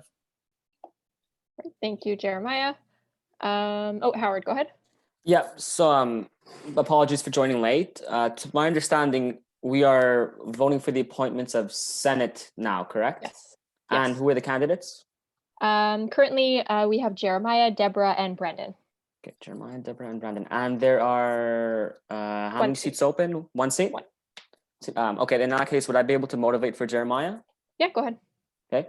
I just need to say that as a fellow counselor and friend, I've known Jeremiah for a long time, and I feel that when it comes to Senate, he would be appropriate because he has experience dealing with various groups, various faculties, and I know that he would think logically when approaching this. And in addition to that, just to say that he has experience with various types of diversity. I know that he's had struggles in his life and he's overcome these struggles. So I feel that in terms of representation, I think he would bring new and diverse approach if he were to be elected to Senate. So I just feel that he'd be appropriate for that reason in terms of the diversity opinion. That's it. Thank you, Howard. Okay, so if there's no one else on the speakers list, your candidates are Jeremiah, Deborah, and Brandon. So I'll do the same as before. Overwhelming for undergraduate students worsening existing mental health conditions, whereas students have expressed disappointment in existing mental health and psychological services at Concordia. I'll put it in the chat if it's not already there. Whereas a referendum question regarding the creation of a new mental health service passed, be it resolved that a new mental health ad hoc committee be formed immediately comprised of 1 executive, 4 counselors, and 1 student at large. Be it resolved that this committee be tasked with brainstorming and developing mental health initiatives. I'll drop that in the chat. Okay, do we have a second for the motion? Second. Second, I heard Harrison and Shivani, your motivation. So as some of you might have known, or maybe all of you, it made news. There was a town hall meeting for arts and science last Thursday. There's one for fine arts happening tomorrow, but a big topic of discussion there was mental health, amongst other things, but there was a sizable a part of the conversation that focused on mental health and Concordia services, which are, to say the least, very tragic. So this would just be a committee to brainstorm how best we could use the funds that the CSU has to fill the gap that has not yet been filled by Concordia in supporting students within our very awful pandemic-like circumstances. All right, thank you. Daniel, go ahead. I was just gonna ask if we can add, if there are now like one executive, we spoke about it and we'd like to have 2 executives co-chair this committee. So Yeah, that's fine. Remove the 1 executive part and say executive. Okay, do we have a second for the amendment? So instead of 1 executive, it would be 2. Second by Margot. Is there any opposition to changing the 1 executive to 2? Opposition going once, twice? Okay, so if not, it will be 2 executives, 4 counselors, and 1 student at large. Is there any more discussion on the motion? Okay, so if there is no further discussion, is there any opposition to this motion? Opposition going once, twice? Okay, so if there is no opposition, then that carries unanimously. Is there anything else you wanted to say, Shivani? No, just hopefully this helps. Full stop. So we have created a mental health ad hoc committee that we now have to staff. So I guess I will start with the executive position. So we'll do the same as we did for the previous appointments and go from there. So executives, I heard Daniel, you said that you folks had already discussed it amongst yourselves. So yeah, it's gonna be Sarah Majero, Eduardo Malorni. Okay. Do we have a second for Sarah and Eduardo to sit on this committee? I second that. Second by Margot. Is there any opposition to appointing Sarah and Eduardo to this committee as the executive roles? Opposition going once? Twice? Okay, so that carries unanimously. Oh no, sorry, I forgot to allow you two to speak. Well, I will now. Sarah, why do you want to sit on this committee even though you've already been appointed to it? Essentially, I'm the academic and advocacy coordinator. My goal is to ensure, that I advocate for students in the sense of making sure that they have the proper services that are given to them. I used to work with the services, in the services as an employee with Hojo, LIC, and minus advocacy, but have a lot of experience, so I understand how mental health is very much important, especially for students going through things. And also I am currently working right now to make sure the rock is present. So that's why. All right, thank you. Eduardo, go ahead. Yep. So there is obviously in the motion that was read out and passed, there were some mentions of initiatives we could start. And as student life, one of my large roles is to start initiatives on campus for students that could take advantage of and benefit them. So that would be there. And you also may have remembered me from a few councils ago, where I presented a referendum question for a service with this as its objective. So I think it would be a good time to both test out things that students are liking with these initiatives, and then integrate them into a long-term service that will exist way past our terms here in the CSU. All right, thank you. So counselors who want to nominate themselves, you've heard from the executives that you will be working with. So I'll open the floor up to counselors. Margot, go ahead. I'd like to nominate myself. Okay, do we have a second for Margot? Second. Second by Shivani. Wyatt, go ahead. I'd like to nominate myself as well. All right, do we have a second? Second. Second by Matthew. Shivani, go ahead. I'd like to nominate myself. All right, do we have a second for Second. Shivani? Second. Second by Matthew. Chris, go ahead. I'd like to nominate myself. All right, do we have a second for Chris? Second. Second by Matthew and Phineas. Yeah, I'd like to nominate myself as well. All right, so we have Phineas, second for Phineas. Seconded by Matthew. You can give that to Margot if you want. All right, oh, Margot, okay. All right, so we have 5 counselors for 4 seats. So I will move into motivations. Margot, why would you like to sit on the mental health? Oh, yeah, go ahead. Well, or it's more so of a question. Do you think we could just, if there's only 5 people nominating, do you think we can just bump up the number of counselors to 5? If like You'd have to make a motion to amend something previously adopted, but it shouldn't be a problem if that's what council wants to do. so yeah, but you guys can decide that. It was just like in case, because voting for like 4 candidates and this might get messy. So just all right, Shivani, go ahead. Yeah, I'm okay with that. Initially, I just wanted it to be left open to anyone who wanted to join. So, but for structure's sake, I just put the number there. So it's just, we can change it. It's fine. Okay, so do you want to make that motion? Yeah, we can add a 5th counselor seat onto the mental health ad hoc committee. I move that. Okay, so we have a motion to, I guess, since it seems that. Yeah, since it seems non-contentious, we'll just be it resolved that the previous motion be amended, the previous motion adopted be amended to add a 5th seat, seconded by Hirsch. So is there any opposition to adding a 5th seat? Opposition going once, twice. Okay, so that carries unanimously. And since it was moving something previously adopted, it was a 2/3 since it was the same meeting, which is all good. So just for procedure's sake, I will let all of you folks speak so that council knows who is going to be on this committee. So Margot, why would you like to sit on the mental health committee? I don't need to speak. It's all good. That's fine. All right, Wyatt. Yeah, Sarah, I actually was at the town hall on Thursday. I really appreciated what you said, and one of my friends actually spoke as well. I'm currently juggling a internship, 4 classes with 4 group projects, being a TA, and now on the CSU. I can very much appreciate the hellscape that has become Concordia's ability to deal with mental health and students' ability to deal with the pandemic. So I'm very excited to get to work with all of you and bring some new ideas to the table. Well, I guess it's a new committee, so new ideas, new committee to work with all of you in the future. So yeah. All right, thank you. Shivani, go ahead. It's kind of the same thing. As I said in the previous, I'll just get into that. So, it's no secret that Concordia services are kind of bust.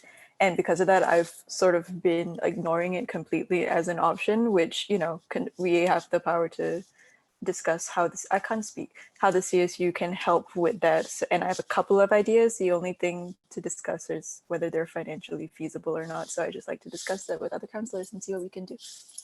All right, thank you. Chris, go ahead. Honestly, of course, given the current climate and Concordia not doing their job at adequate mental health services, I definitely want to help out and also work along with my fellow colleagues to make sure we are there for the students. So I really don't have much to say other than that, but I look forward to working with everyone so we can help out all the students in need. Thank you. And last but not least, Phineas, go. I don't mean to ramble, but you really don't have to look far to find a student who is absolutely stressed about how Concordia has been handling mental health issues, especially during the pandemic.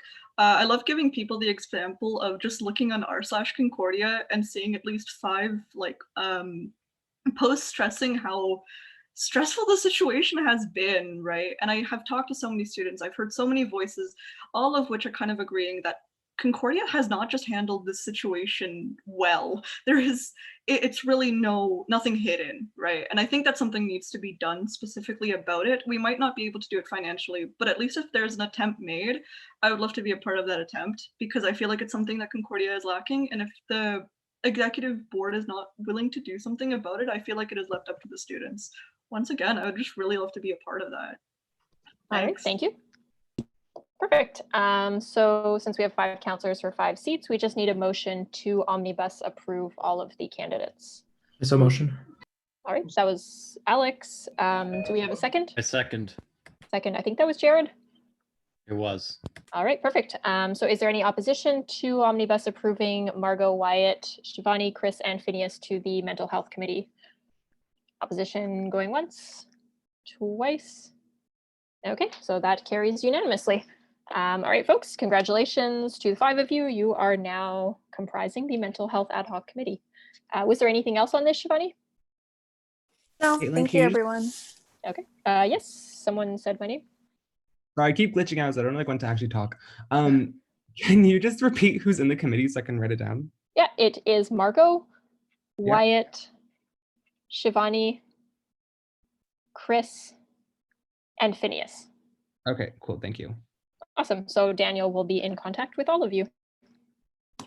Okay, so since we have no returning business on this agenda, we'll move on into new business substantive. So this is where agenda points with motions show up. And the first thing is the policy on council and clubs. And Daniel, this one is yours. Hi, yes. So I am going to, do I just read it out, Caitlin? Yeah, it would be helpful if it was in the chat or on the screen or something. I can Okay. put it on my screen too. 1 second. Oh, I'll my share my screen share's screen. not working. Yeah, go ahead. My screen share is being weird lately.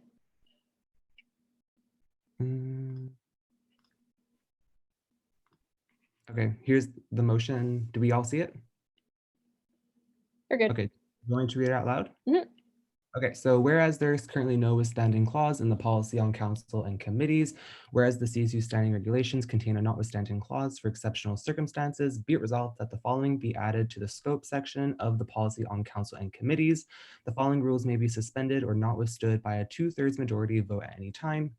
Any ordinary motion, resolution, or regulation that deviates from this policy can only be adopted with a clause stating that the motion operates notwithstanding the code of standing regulations. The clause must state which articles are not to be applied towards the motion. Be it further resolved that the addition to this policy be done without first going to policy committee, notwithstanding the current code of standing regulations, book 13, article E. Be it further resolved that the policy committee be tasked with examining this issue and making a decision about the permanency of adding the notwithstanding clause after the 4-month period. All right, do we have a second for that motion? Second. Second by Harrison. Do you want to motivate Daniel? Basically, if you want to make changes to committees right now, you would do a notwithstanding clause, but the policy right now doesn't have a notwithstanding clause, so we cannot do it. So to do this will make that possible. And it also makes sense for my next motion, which is going to be to notwithstand the policy on council and committees. All right, thank you. Is there anyone who wants to speak on it? Okay, so if not, we can move to a vote. So is there any opposition to adding the notwithstanding clause to the policy on council and committees? Opposition going once, twice. Okay, so if not, that carries unanimously. There was nothing further on this point, I don't think, Daniel? Nope, thank you. Perfect. So at this point, we are at retroactive excusals. However, I realized when I looked through the absences and through the previous minutes that everybody at the who missed the June regular council meeting was excused automatically at the end of the meeting. Council had made a motion to do that. So there's actually nobody who is at their 3 absences currently. I know that Yasmin, you wanted to speak on this though? What? Sorry, what do you mean speak about this? Oh, because it was because you had missed a couple of meetings and wanted a retroactive excusal. Yeah, it's because I have class on Wednesdays from 5:30 to 8:30, but like today we have an exam, so we don't have class. So that's why I can't really come on Wednesdays. It's because I have class. So do you want to be excused for the 2 October meetings? Was all? Yes. Okay. If anyone wants to second that, yeah, Daniel, go ahead or make the motion. Well, I just want to ask, Kaylin, when was it made clear to counselors that you have to come to council at 5:30 on Wednesdays, twice a month? When was it made? Like, when did they know about this? Like, about the requirement to come to council to be a counselor? Oh, like the council-elect meeting? I think it was Okay. mentioned. Yeah. Okay. Lauren, go ahead. So, like, it should be very clear, like, when people sign up for council, that you need to block off Wednesdays as like a commitment to this council and being on the board of directors. And like, our meetings are set like a year ahead of time. So if you like book classes or if you have something, it's like, well, you knew about this like about a year in advance. So I understand like academics is extremely important. Academics is definitely our first priority, but it's like you shouldn't sign up for something if you knew in advance that you wouldn't be able to make it. So that's just all I'm going to say on that. And same thing as Daniel, we should have like there's a notice, like there's an announcement like when you sign up that this is the commitment for this job. And it is a job. It's volunteering our time. This is a professional environment. So it's like if you can't show up to your job, you're not going to sign up for that job. So that's all I got to say. All right, thank you. Hirsch, go ahead. I'd like to second the motion, which was put forward but hasn't been seconded yet. Oh, I thought I did say second. Okay, sorry. Well, then in that case, Hirsch, you seconded. Was there anything else you want to say? There was, but I guess after this motion is dealt with, I'd like to bring up another point along the same lines. All right, as is your right. Harrison, go ahead. Yeah, no, I just wanted to kind of echo what Lauren said and also add that, like, you know, we're all elected officials. So in my opinion, you know, if we're sending excusals for every meeting because we have class and we're here supposed to represent students, in my opinion, it's just doesn't make any sense to me. So yeah, thank you. Well, those student voices aren't being represented because you're not present. So it's like all the people you're representing, they don't get a voice because you don't show up, which is really sad to say. All right, thank you. Just wait for the speakers list next time. Hirsch, go ahead. Oh, no, sorry, you want to speak after the vote. Okay, so there is nobody else on the speakers list. So first of all, is there any opposition to granting the retroactive excusal? Wait, repeat that. Is there any like, are you against granting it? Yes. Okay, Like, so in that case. It's really relevant because no one would have reached. Like, is this just in general? No, it's just for Yasmin's absence. Then no, I oppose. Okay. Michelle, did you have a question? What is the motion on the table? It's be it, here, let me just write it out. Be it resolves that.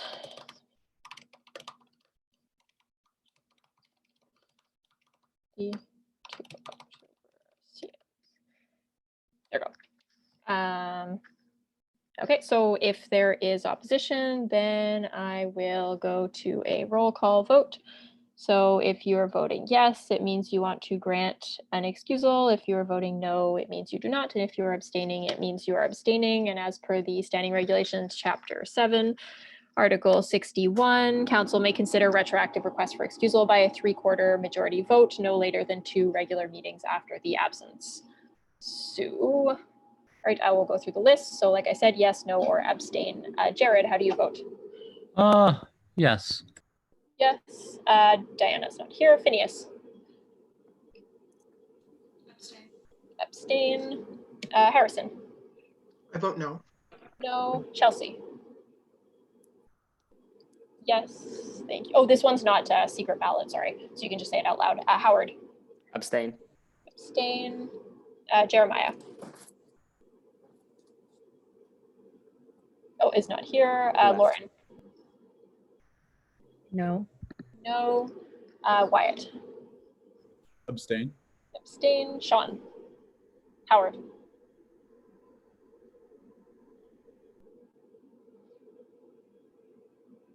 Sean Howard? Okay, I'll come back to you. Shlomo, how do you vote? Abstain. Abstain. Zach? Yes. Yes. Aryeh?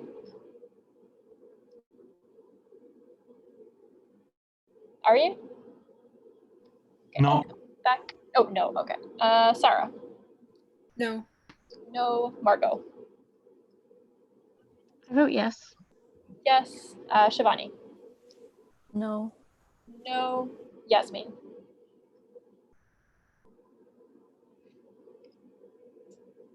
Yasmin? I'm not voting. Okay, I'll abstain. Marlene is not here. Chris? No. No. Matthew? Is yes to excuse or is no to Yes. excuse? Yeah, it's to excuse. Yes. Okay, and yes. Yes. Roman? I abstain. Abstain. Sean? Sean S. Abstain. Abstain. Deborah? Abstain. Nikki? Abstain. Abstain. Brandon? Abstain. Abstain. Anais? No. No. James?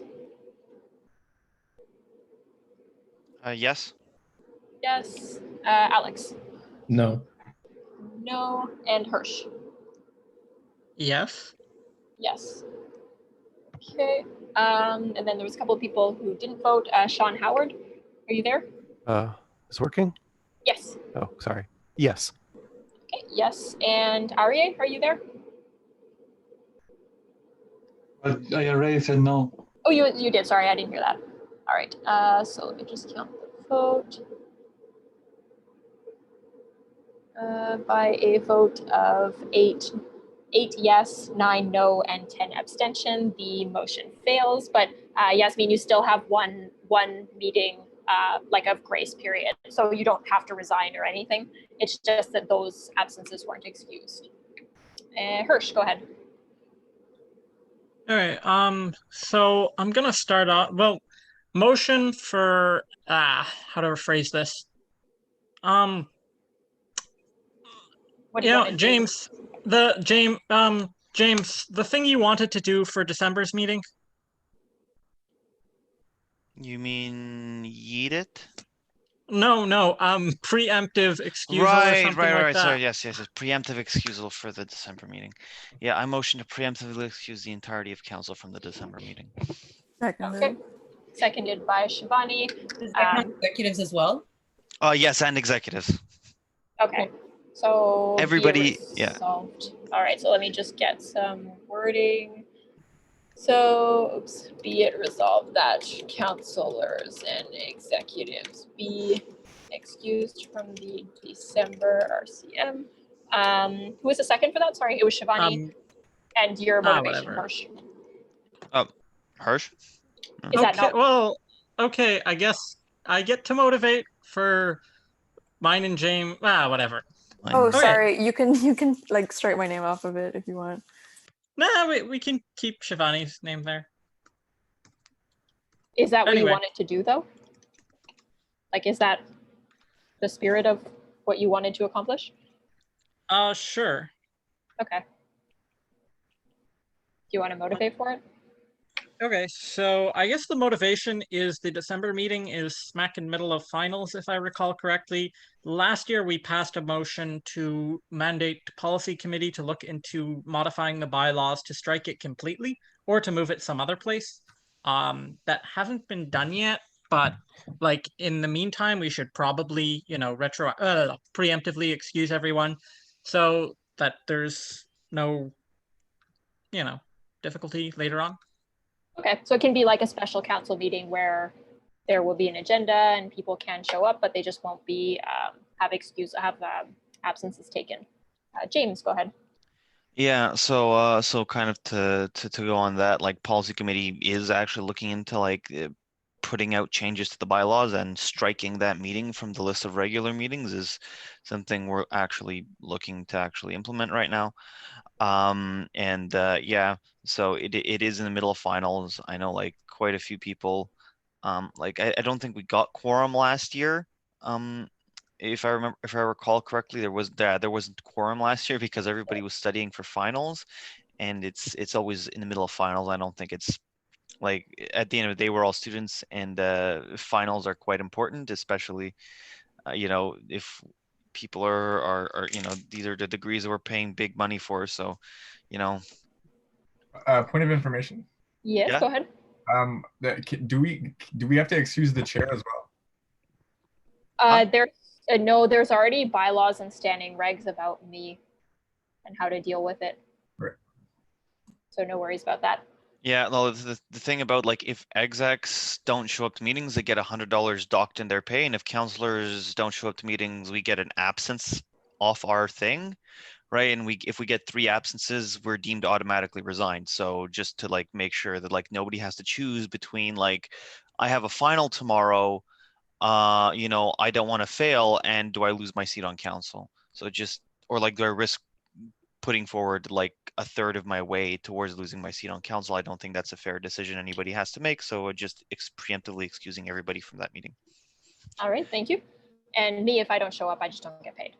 Daniel, go ahead. So execs won't get fiscally penalized if they don't come? Not according to this motion. Okay. Just a like general comment, probably don't put like very big motions for this meeting, because I feel like we're just not going to get quorum if there's no motivation to come to the meeting. So probably keep it like a light meeting for all of us. All right, thank you. Lauren, go ahead.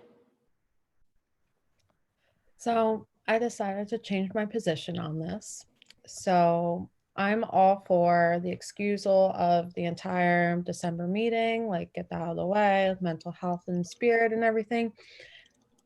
But can we please move it to like an additional RCM in January? Like instead of 2 RCMs, we have 3 RCMs. RCMs are in the bylaws, so we can't change those. Okay. If we, sorry to interrupt, but if we need a meeting, we can just call an SCM at that point. Like we don't need to replace the RCM. Like if it doesn't fall through, we'll just use an SCM. Okay, well then in that case, I'm just motivating for this then. I'm all in favor. All right. So with that, there is no one else on the speakers list, so we can move to a vote. Is there any opposition to preemptively excusing counselors and executives who can't make the December regular council meeting? Opposition going once, twice. Okay, so that carries unanimously. Was there anything else on this point, anyone? Okay, so if not, we can move to appointments committee, and Daniel, this one's yours. Hello again. So Alex Stoja is now added to council. Congrats, Alex, again. He was appointed as a student at large for the appointments committee.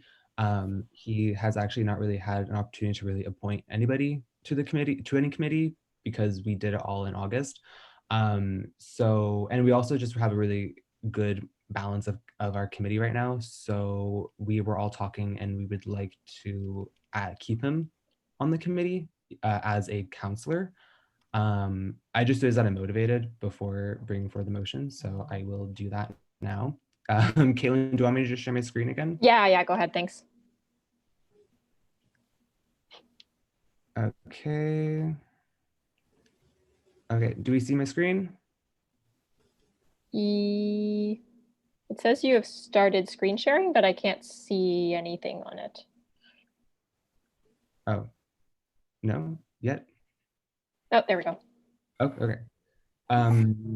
Okay, so again, whereas the 2020-2021 Appointments Committee appointed Alexander Stoja to sit as a student at large for the Appointments Committee, whereas the committee sees efficient work being done with its current structure, whereas the 2020-2021 by-elections, Alexander Stoja was elected to sit on the board of directors of the CSU to represent the Gina Cody School of Engineering, whereas section 6.4.1.3 of the policy on council and committees states that the appointments committee shall include a student at large, be it resolved that the section 6.4.1.3 of the policy on council and committees be not withstood to have Councillor Alexander Stoja remain in the appointments committee as a voting councillor.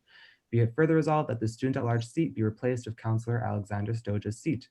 Be it further resolved that this motion stands until June 1st, 2021, or Councillor Alexander Stoja's resignation of the appointments committee or board of directors, whichever comes first. I know that. Oh, she does. Do we have a second for the motion? Yeah, I second it. I don't know who the second. Who was the second? It was Alex. Oh, Alex. Okay, perfect. And your motivation, Daniel? As I just rambled on before, we have a good balance right now in our council, in our committee, and we like to just keep it that way, and give Alex a chance to actually take part in an interview process.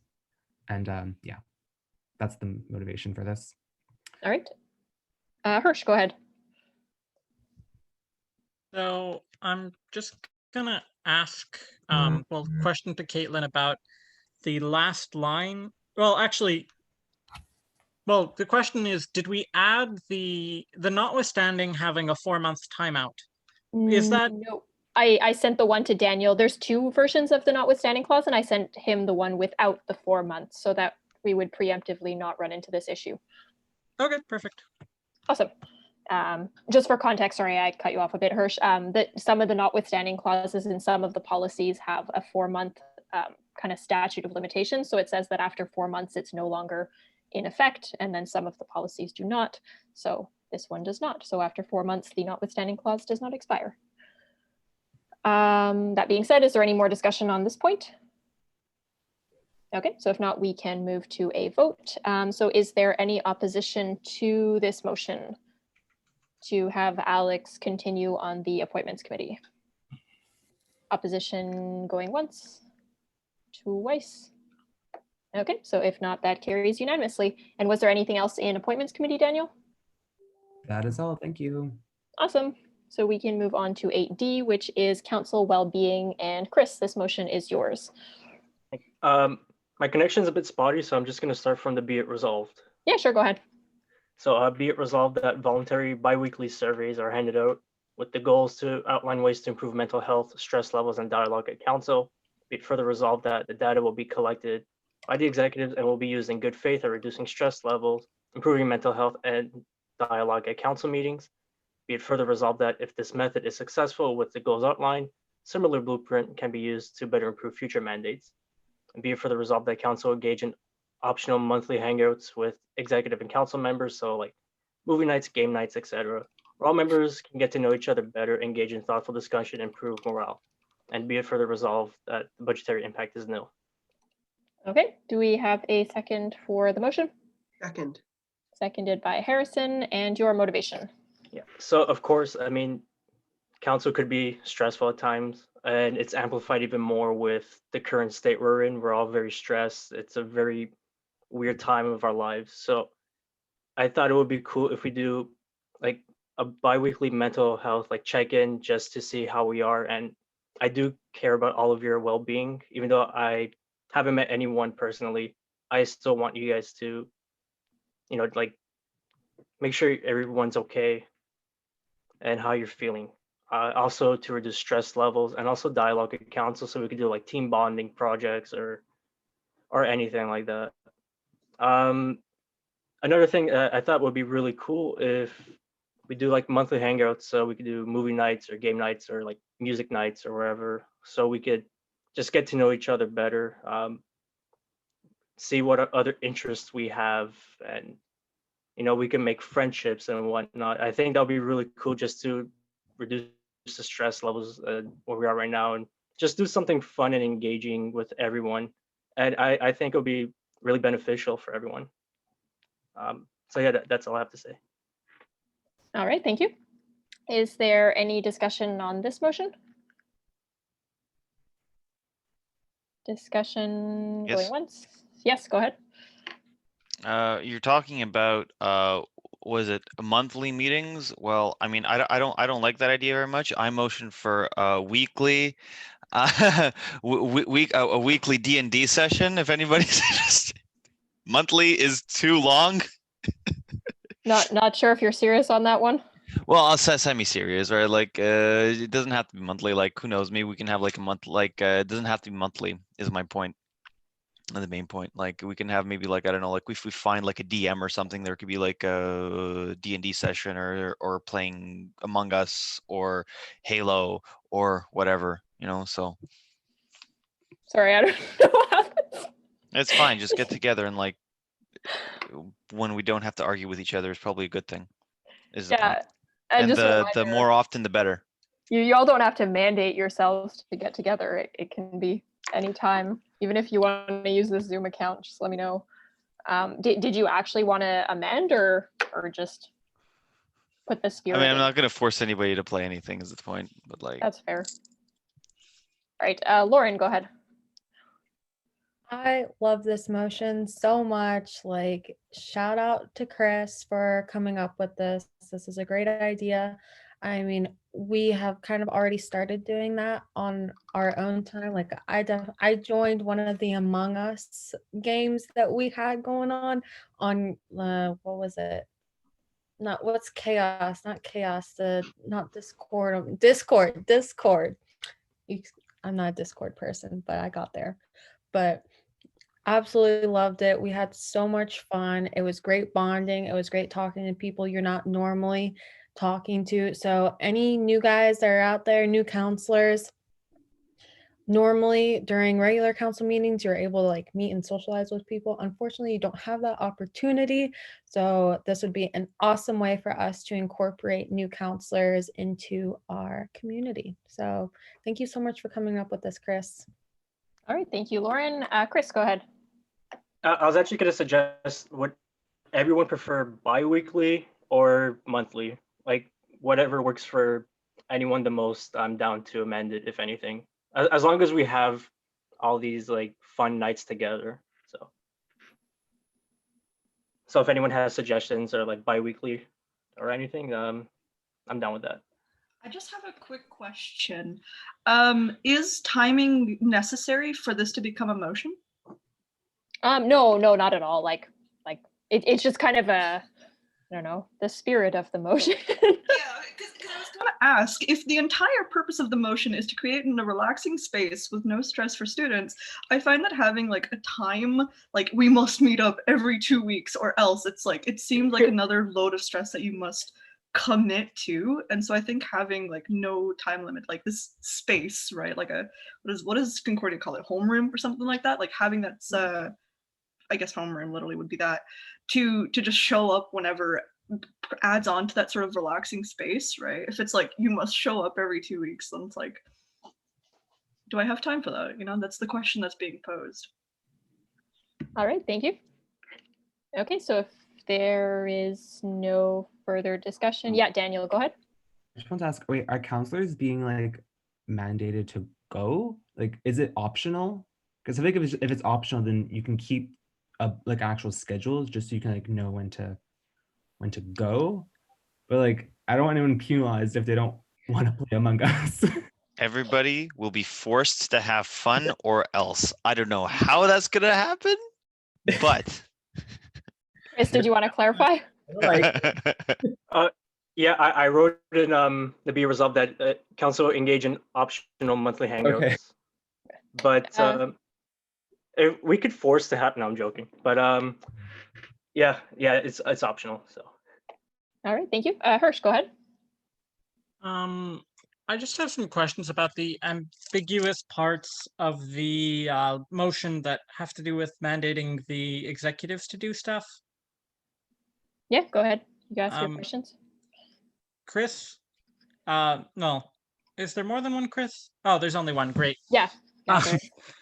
Chris, can you elaborate on what exactly the executives are being mandated to do? Because it seems to be a lot of stuff, and I don't want to end up with that we accidentally require them to show up at 10 p.m. to a game of I'm not sure what. No, it's just mainly just to look over the data and look at ways to like reduce stress level and mental health at council, and also like team bonding projects or anything like that. So it's not them mandating us like a bunch of things. It's just to like we just give them the data and then they could see like ways to improve council. Just on that aspect. Is that all your questions, Hirsch? Yeah, for now. All right, Matthew, go ahead. Yeah, just on that point, can we remove the word mandate just in case from the motion? Let me just pull up the motion. Which be it resolved was it? Was the word mandate in it? I don't remember. No, the only use of mandate is in the third one where it says something about better improving future mandates. Oh, never mind then. Yeah, so there's nothing that actually mandates that. Daniel, go ahead. I was just gonna add to what Chris said. Chris reached out to me about it, and I was thinking of like ways to do the data validation and whatnot. And I was thinking we can like create a sort of Microsoft form, keep it open throughout the year, but I'll resend it, every second week for you guys to fill out optionally if you want to, so that way we can keep track of it. I don't want to overburden myself with too much data because that'd be kind of counterintuitive of a mental health motion. But that's kind of like what I was thinking of. All right, thank you. And James, go ahead. Yeah, I was kind of just a question to the room if anybody would be interested in, for example, forming a council adventurers guild.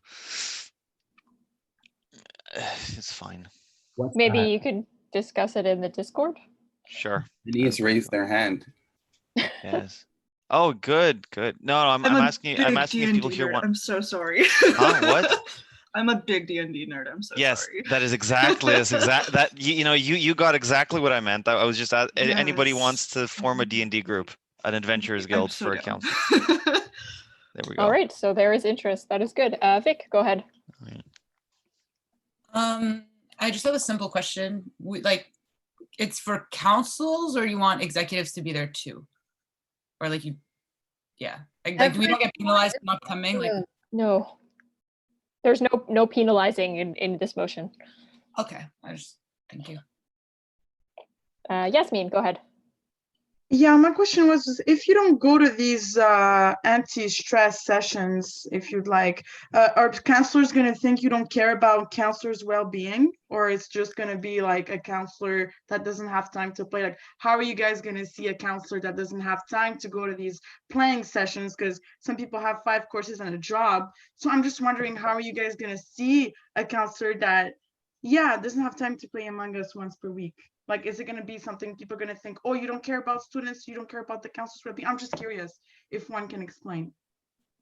Did you want to field that, Chris?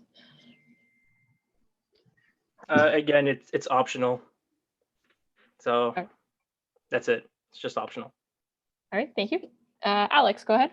All right, I'm not sure how strictly Robert's rules are followed here, but I'd like to call the question.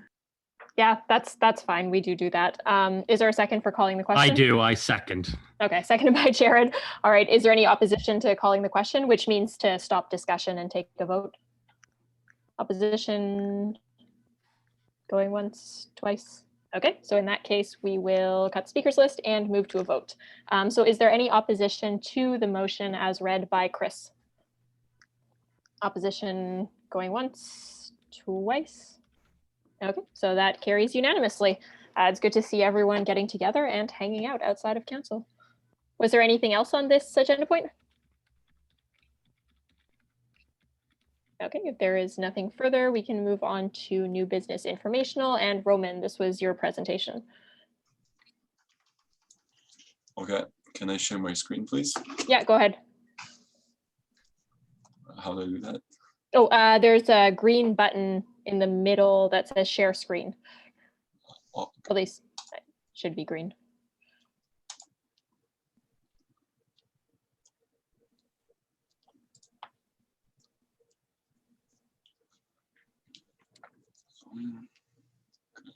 You guys see this PowerPoint? Yeah, you're good. Okay.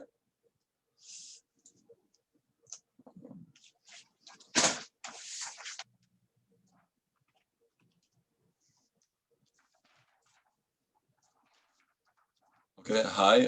Thank you for giving me this time, and I'm gonna make a presentation on social media and how, as a student union, we should view it. Yeah. So this presentation is gonna focus on social media, the effect it has on the individual level, on society as a whole, and some of the crimes that were committed by it, as well as like possible solutions. So every single aspect of how you browse social media is monitored and is being fed into an algorithm, a database. They can determine, so this algorithm can determine your mood, what you want to see, and they can calculate what to show you, like to put on your feed based on like your reaction time and things of that nature.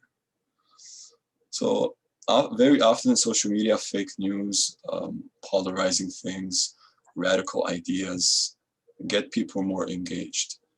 So, so the social media companies, it's advantageous for them to kind of push those type of things onto the viewers, even though they might have very bad effects on society as a whole and divide people.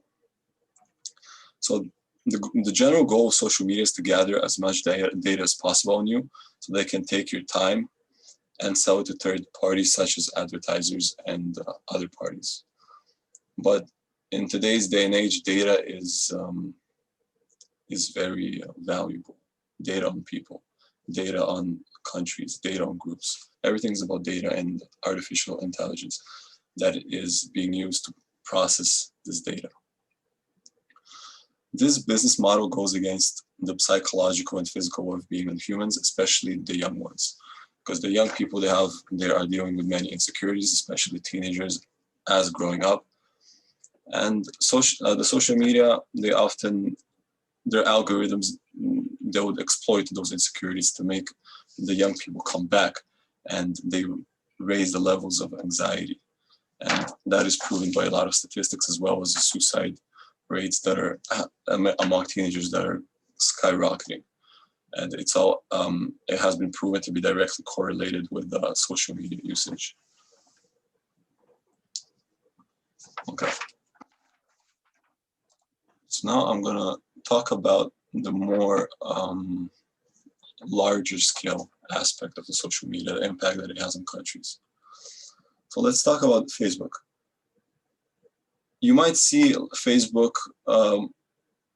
like posts on Facebook that are promoting good deeds. Facebook, like they're pretending to be spreading awareness. They're telling you this, they want to help people with psychological problems and those type of things. And you might even see posts of Facebook discouraging you from extensively using Facebook. But this is what you see as a Canadian citizen. Because for them to reach the market in Canada, that is the correct way for them to approach the problem, is to make the customers believe that they care about you. But it's not always like that in other parts of the world. In other parts of the world, for example, Brazil, where Facebook was notoriously used to influence the elections, and a lot of false rumors and propaganda was used to elect a far-right leader. And over there, like, their strategy was different, because for them to engage the viewers, they had to use another strategy. And the mentality of the people, the culture is different. So as you see, Facebook is going to go to different places, and they're going to use different strategies. They're going to use different algorithms. So that is something to think about. And Facebook has also been responsible for like not, they had the ability to prevent crimes against humanity, such as the Rohingya genocide.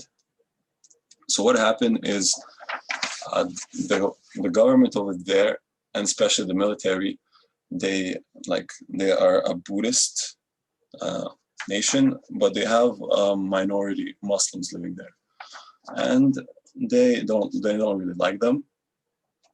So Facebook propaganda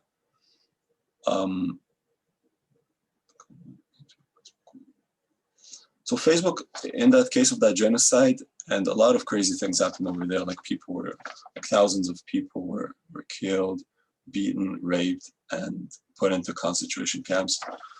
And what happened is Facebook, they protected themselves. So what they did is they shut down some of the official posts from the military leaders, pretending like they actually care, but they didn't shut down all the fake news on a larger scale, because in that part of the world, like most of the people in that part of the world, they think that Facebook is the internet. So the market over there is different. And so Facebook, they had the ability to shut down all those fake propaganda and all those crazy things that the military was pushing against the Muslim groups, but it did not, because that would mean a cut in the revenue, and they could also get away with it. So they did kind of get away with it. And yeah, so this is why I'm making this presentation, to spread awareness versus the social media and how they have the ability to perform such crazy things. And I believe that no entity should have the power to control and eliminate the independent decision-making of humans. And what I propose as a student union, I propose that we take a stance versus this, that we spread awareness versus those things, especially nowadays with the age of nowadays with all the issues around the world with coronavirus, as well as the mental issues that people are having, and they're stuck at home on the social media, and all they see is like their social media feed. And I don't think that as a student union we should have ties with such an organization as Facebook, even though a lot of us kind of don't really understand fully what they actually do and the impact that they have in other places of the world where they can get away with it. That's the key thing, they can get away with it, so they do it in Africa as well. So, and by cutting ties with them, we take a firm stance, and we'll be one of the first universities in Canada to do so. And we will also be encouraging future social media companies that do business in an ethical manner and that don't use data in such a vicious way as Facebook and maybe Twitter does as well. Thank you. All right, thank you. So there's a couple of people on the speakers list. Lauren, go ahead. Okay, I guess first off is I'm very, very confused about this presentation. Like, so social media is bad, so we shouldn't do social media, but now we want to use social media to bring awareness to different things in the world. Like, that kind of contradicts each other there. In terms of taking a stance on global issues and like geopolitical issues, we've already had several motions about that in the past, that the CSU should not interfere with outside things. I mean, genocide, of course, that's like a kind of an entirely different ballgame all on its own right there, but just just past history, we chose not to take stances and use our platform to promote outside things. Also, Roman, highly recommend looking at our social media. The CSU does not use our social media for anything other than informational. So everything that the CSU uses their social media for is usually used to talk about events that the CSU is doing, bring awareness to different services, bring awareness to different projects, and just generally inform the students. And it's extremely informationally based, so I don't see how there's a negative impact with our social media being used. I find that the CSU uses our social media in a very positive and professional manner. So, like, thank you. Can I get a response, Roman, on like clarification about like what he wants council to do with this presentation? Yeah, if you want to clarify, Roman. Well, first of all, I'd like to quickly respond to, it's not about what we use the social media for, it's about supporting in general a platform that is so vicious, and if you really like look into the things that they're actually doing, and they're getting away with it. And it's about supporting companies that are ethical. And that was my presentation was about. It's not about like how we use social media for, because I'm sure like the student union, like it's one of the good things. And what I propose is that we spread a message, and I think that might make the headlines of a few newspapers if we completely eliminate the use of Facebook from our platforms. I'm sure that's going to be a big headline. And for example, we look for an alternative. And So you are saying that. we should get rid of social media? Not of social media, no, I like social media. It's unethical companies that do very, very bad things in other places of the world, but you don't hear about it because they're the ones controlling the flow of information. So, I mean, our Facebook does own Instagram. So we're getting rid of both Facebook and Instagram if you don't think Facebook is ethical. Yeah, well, because they have a bit, like those, Facebook, they have a big control of the market. So that's why they're doing those things nowadays. But you want us to get Oh, okay. Yeah, Lauren, I think you've had a lot of questions, so I'll just move along in the speakers list. I can put you back on the speakers list now if you have more questions. Sure. Malcolm, go ahead. Oh yeah, actually I'd like to say first, I think this is like in good spirit. I think it's not bad, like the principle is like, you know, good. And like I too just watched The Social Dilemma, so very inspiring to see that it's possibly what has impacted you to make this. But I just wanted to say though, one of the takeaways that I'm getting from this is like, it's a really important tool that we're utilizing right now, and it's not necessarily the best thing to get rid of it and reinvent the wheel, more to adjust policies that concern social medias like Facebook and Instagram, and kind of reorganizing the structure of it, not necessarily boycotting the whole thing. I mean, yeah. Anyways, this is a lengthy conversation, but I don't think it's in the students' best interest to take away a very important source of information, an important way that we communicate with students, especially right now. Like the limits we have to reaching students is minimal, and Facebook, Instagram, like these things are extremely valuable during these times. So I highly disagree with asking us to stop using social medias, even though I understand that there is something wrong happening with these media, things. All right, thank you, Malcolm. Daniel, go ahead. So I just have a couple points that I wrote down throughout the presentation. First of all, so we have all the staff jobs at CSU are unionized positions under CUPE. So all of the jobs, they have a job description signed with the collective agreement. If we don't abide by those job descriptions, they can grieve us, and then we would have to go through arbitration and pay legal fees to deal with all of it. If that being said, because we have certain jobs who actually depend on social media to do their jobs. For example, Eduardo has the comms department, and we actually have a social media director who takes care of all of our social media. And we have another social media director for all of our services. And the point of their jobs is to promote all of our services. That being said, just like what Malcolm said, I'm going to reiterate, we are in a pandemic. So without social media, we literally would only be able to rely on our newsletter, which doesn't have a huge reach as it stands to actually communicate with students. So that would be very, very difficult for not only the CSU, but then our clubs to be able to promote their events and any campaigns that they're working on, which would essentially silence them until we're back on campus. Another point is that most of our voter turnout for our by-elections and our regular elections, when it's an increase, it's usually due to higher social media presence when students are actually made aware that there are elections happening. It's through social media, through those campaigning events that the CEO and DEOs do.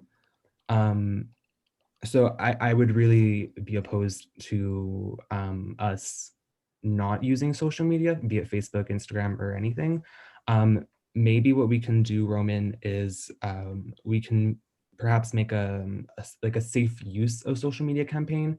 Maybe we can just share information like the information you gathered with students to let them know to use social media, to take it with a grain of salt and to make sure that they're being informative users. All right, thank you, Daniel. Alex, go ahead. So I think my colleagues before me said a lot of the things that I wanted to say quite well, but there is one thing that I really wanted to reiterate, and it's that the responsibility of us as a student union is to represent our students. And if we can't hear our students, or our students can't hear us, we can't represent them. And especially in the context of a global pandemic that we are in right now, cutting off our social media ties would cut off our lines to those students. Again, we can't in good conscience just rely on our newsletter. Just to give some statistics to back that up, when I was the communications director for ECA 2-3 years ago, the average viewership on our newsletter was about 20%, and the people that actually clicked anything in there was about 5% of the total respondents, which was the total recipients, which was the entire faculty. So if we're okay with only maybe 5% of our student body actually engaging with what we're doing, then sure, we can eliminate our social media presence. But that's, as a student union, that's not something we can do in good conscience. Great, thank you, Alex. Phineas, go ahead. Hi, as Alex said, I think a lot of the counselors before me and executives have pretty much stated a lot of things that I wanted to say, but I still wanted to pose a question. So on the CSU Facebook page, there are 14,000 people who like and follow. On our Instagram, we have 2,000 people who follow, and same goes for our Twitter. While I understand that this is in good heart, that you want to, support social media, I'm forgetting the word, it's on the tip of my tongue, or having these ties, right? What platform do you suggest that we use that will be able to give us the same reach? So once again, being able to have at least 14,000 people or 2,000 people who are at least being able to receive this information. Did you want to respond to that, Roman? Yeah, sure. That would be the next step. But first, I would just like to spread awareness and hear your people's thoughts. And I understand a lot of the concerns that you people have. So, a lot of the concerns, and they're very legitimate, of course, like the reach of the students. But it's if you look at the larger scale of things, first of all, the noise that would create, we would be the first ones to do this type of thing, and maybe others will follow because change has to start somewhere, right? And then we can pivot and encourage students to go for a new type of social media. I didn't do extensive research yet on the other alternatives to Facebook, but again, I'm not against social media. I'm against unethical social media companies. And every time we use them, every time we put a post on their platform, we make them more have a deeper control over us on the long term. So if we do it now, instead of in 10 years, it will be easier transition. Thank you. Great, thank you. Yeah, go ahead. Right as you're saying this, this is very rhetorical because I understand that you have not found an alternative for the social media that we currently have. But as you are very stressing unethical uses of social media, how do you know and how can you predict that this new social media that comes up will not be unethical, right? How do we understand that just because it's small, just because it's upcoming, that it also doesn't have ties to various other things that might fall under your definition of unethical? Is there any way to predict that? Or are we just gonna have to keep moving social media every single time something like this happens? That's a very good point. I think obviously it's impossible to be 100% certain of something, but yeah, we the student union, the whole all the students, we're young, we're dynamic. We can go to the next thing. We need to be open-minded and see, okay, this doesn't work, we go this, and we see there's a problem there. It's not a transition, that's it. Okay, it's a constant thing. You look for something, you promote new ideas, new things. So it's take a look more of it from a dynamic standpoint, and we transition, but we might hop to the next thing as well, and we'll see where it leads. Right, thank you. Just as a follow-up, that again back leads to my initial point, because growing that base is something that takes time, right? I'm not sure how long the CSU Facebook or Twitter or Instagrams have been around, right? But I can definitely guarantee you it's been a few years. It's taken time to build up that that growth, right? It's taken time to get those 14,000 people who are and follow our Facebook, right?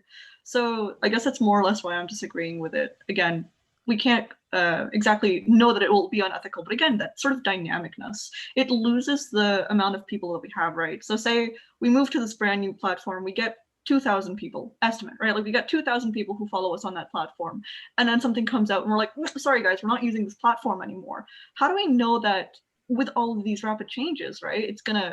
That growth is gonna be constant, right? We think it's very important to stick with one thing. We can't always judge things to be ethical. So that's really my point here. Again, not a question, more so a follow-up. Thank you. Thank you, Phineas. Sarah, go ahead. Yeah, I see where the gist where you're going with it. I would just say maybe it's something that like perhaps policy and sustainability can work on as like an ethical practice thing for what maybe the CSU does in terms of like what they like on social media, but I don't think it's an issue right now. But I would kind of say that, and also I just really be echoing what other people have been saying, but yeah, maybe it's just like a policy that could just maybe be made with sustainability for better practices and with policy to figure out. But I see the gist of where you're coming from, I guess. Great, thank you. Shlomo, go ahead. Hi, so I think the focus here should be, instead of it should be more focused on digital privacy. A lot of Facebook, if you care about your privacy, I don't think that no one should ever use Facebook or Google or Amazon, but that's not possible. That's all these companies, they collect tons of your data, but the thing with Facebook, Amazon, all these companies have been the largest grower of business. If you want to grow your brand, it's been the easiest and best way that there hasn't been an easier way. So I feel like you can't, it's impossible to basically do without social media. Facebook also owns WhatsApp, so it's like, are you going to stop using Facebook and Messenger and WhatsApp and Instagram? I don't see how that's possible. So nothing is impossible. It would be very hard to stop use of all, because are you going to stop using Google too? Because Google has similar issues than Facebook. Are you going to stop are you going to stop using Snapchat? Are you going to, the list goes on and on. All right, thank you. Victoria, go ahead. I wanted to, first of all, thank you for bringing this presentation up. Thank you for bringing this issue up in and of itself. The only thing I want to recommend or say is that it's good that you brought this up. However, not having like a solution or proposition of a solution is kind of where it becomes problematic. And this is where I kind of have two propositions for you / two maybe ideas that we can work with and move forward with this. So one, obviously, like everyone's saying, deleting all social media is not quote unquote easy. Yes, person by person can do it. I deleted my Instagram. I'm fine. I'm still alive. I'm still breathing. Facebook, unfortunately, I can't, because that's how I use it a lot for work, for messaging different people. Students message me through it. So I can't, even if I wanted to. But with that being said, there's two different things that we can look at. One is new marketing strategies. So that's something that I've looked at throughout the year to help mobilize students, because on Facebook and all of this, sometimes it can be a lot and there's a lot of information. So I was looking into different platforms that we can put students on that A, are more secure, and B, that they can find everything that they need to know for the CSU. So CASA did that with their CASA Hub app.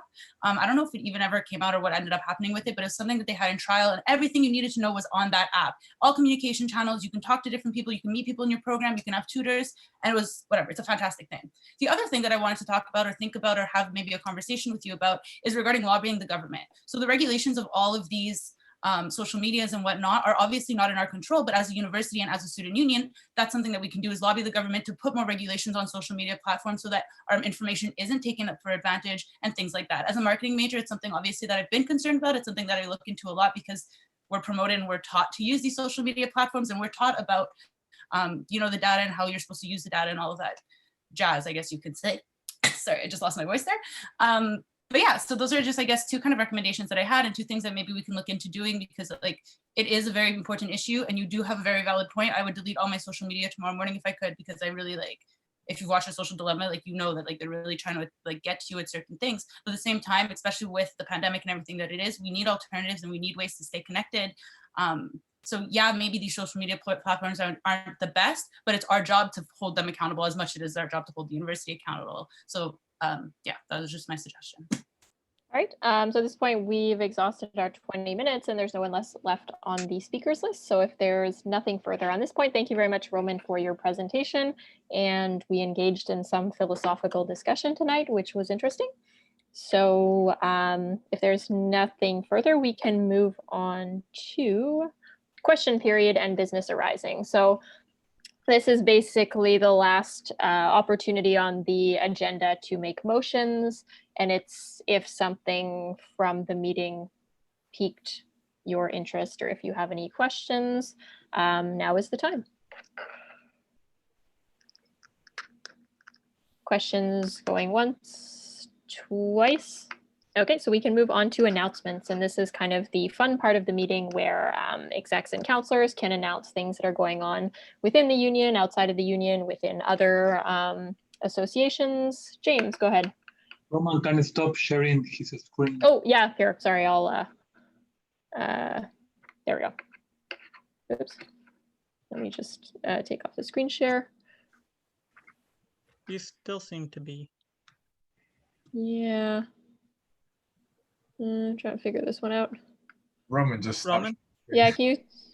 How do I do that? A little red button saying stop share. Okay, okay. There we go. All right, James, go ahead. Yeah, everything looks fine. All right, great. Just remind everybody, I'm just gonna self-plug myself for the last time. For the, it's about a few days until the end of November. So if people haven't like found somebody, if they want to donate to somebody, I guess like I know JMSB has a team, so you can donate there, or you can donate to mine, or you can donate to somebody's. So it's just a few days left, and just probably a very good cause. So just to remind everybody. Number two, anybody that hasn't joined the Discord yet, you can join the Discord. And we can have vacation. Yay. But no, so there's a Discord link. I think everybody's in the chat group. It's somewhere around there. And that's to play a bunch of things. We can use Discord. And if anybody is interested, I know Phineas is interested in the D&D group. If anybody else is interested, message one of us, I guess. And we can do things. It's all good. Everything will be very nice. Okay, is nice. All right, thank you. And if you want, you can post your November link again in the chat. Daniel, go ahead. I just want to say mainly to the new counselors, I will be reaching out to you to give you your CSU emails and accounts. Your accounts gives you access to using the entire Microsoft suite, Word, Excel, PowerPoint, all that jazz, but especially Teams and SharePoint. For those of you that were added into committees, I'll also be granting you guys access with the IT department to be a part of those Teams and SharePoints so you can be ready for your meetings. So expect that sometime this week or next week. All right, thank you. Isaiah, go ahead. Just very quickly, welcome once again. Welcome, congratulations on your first RCM new counselors, and we all look forward to continue down the path of getting through the rest of this troublesome time. All right, thank you. Is there anything else in announcements? Okay, so if not, we just need a motion. Motion to adjourn. I think that was Jared and seconded by Isaiah. There we go. All right, so Jared moves to adjourn, seconded by Isaiah. Is there any opposition to adjourning? All right, if not, it is 9:24, and I wish you all a good evening. Thank you. Have a good day. Bye. Take care, everyone. Thank you.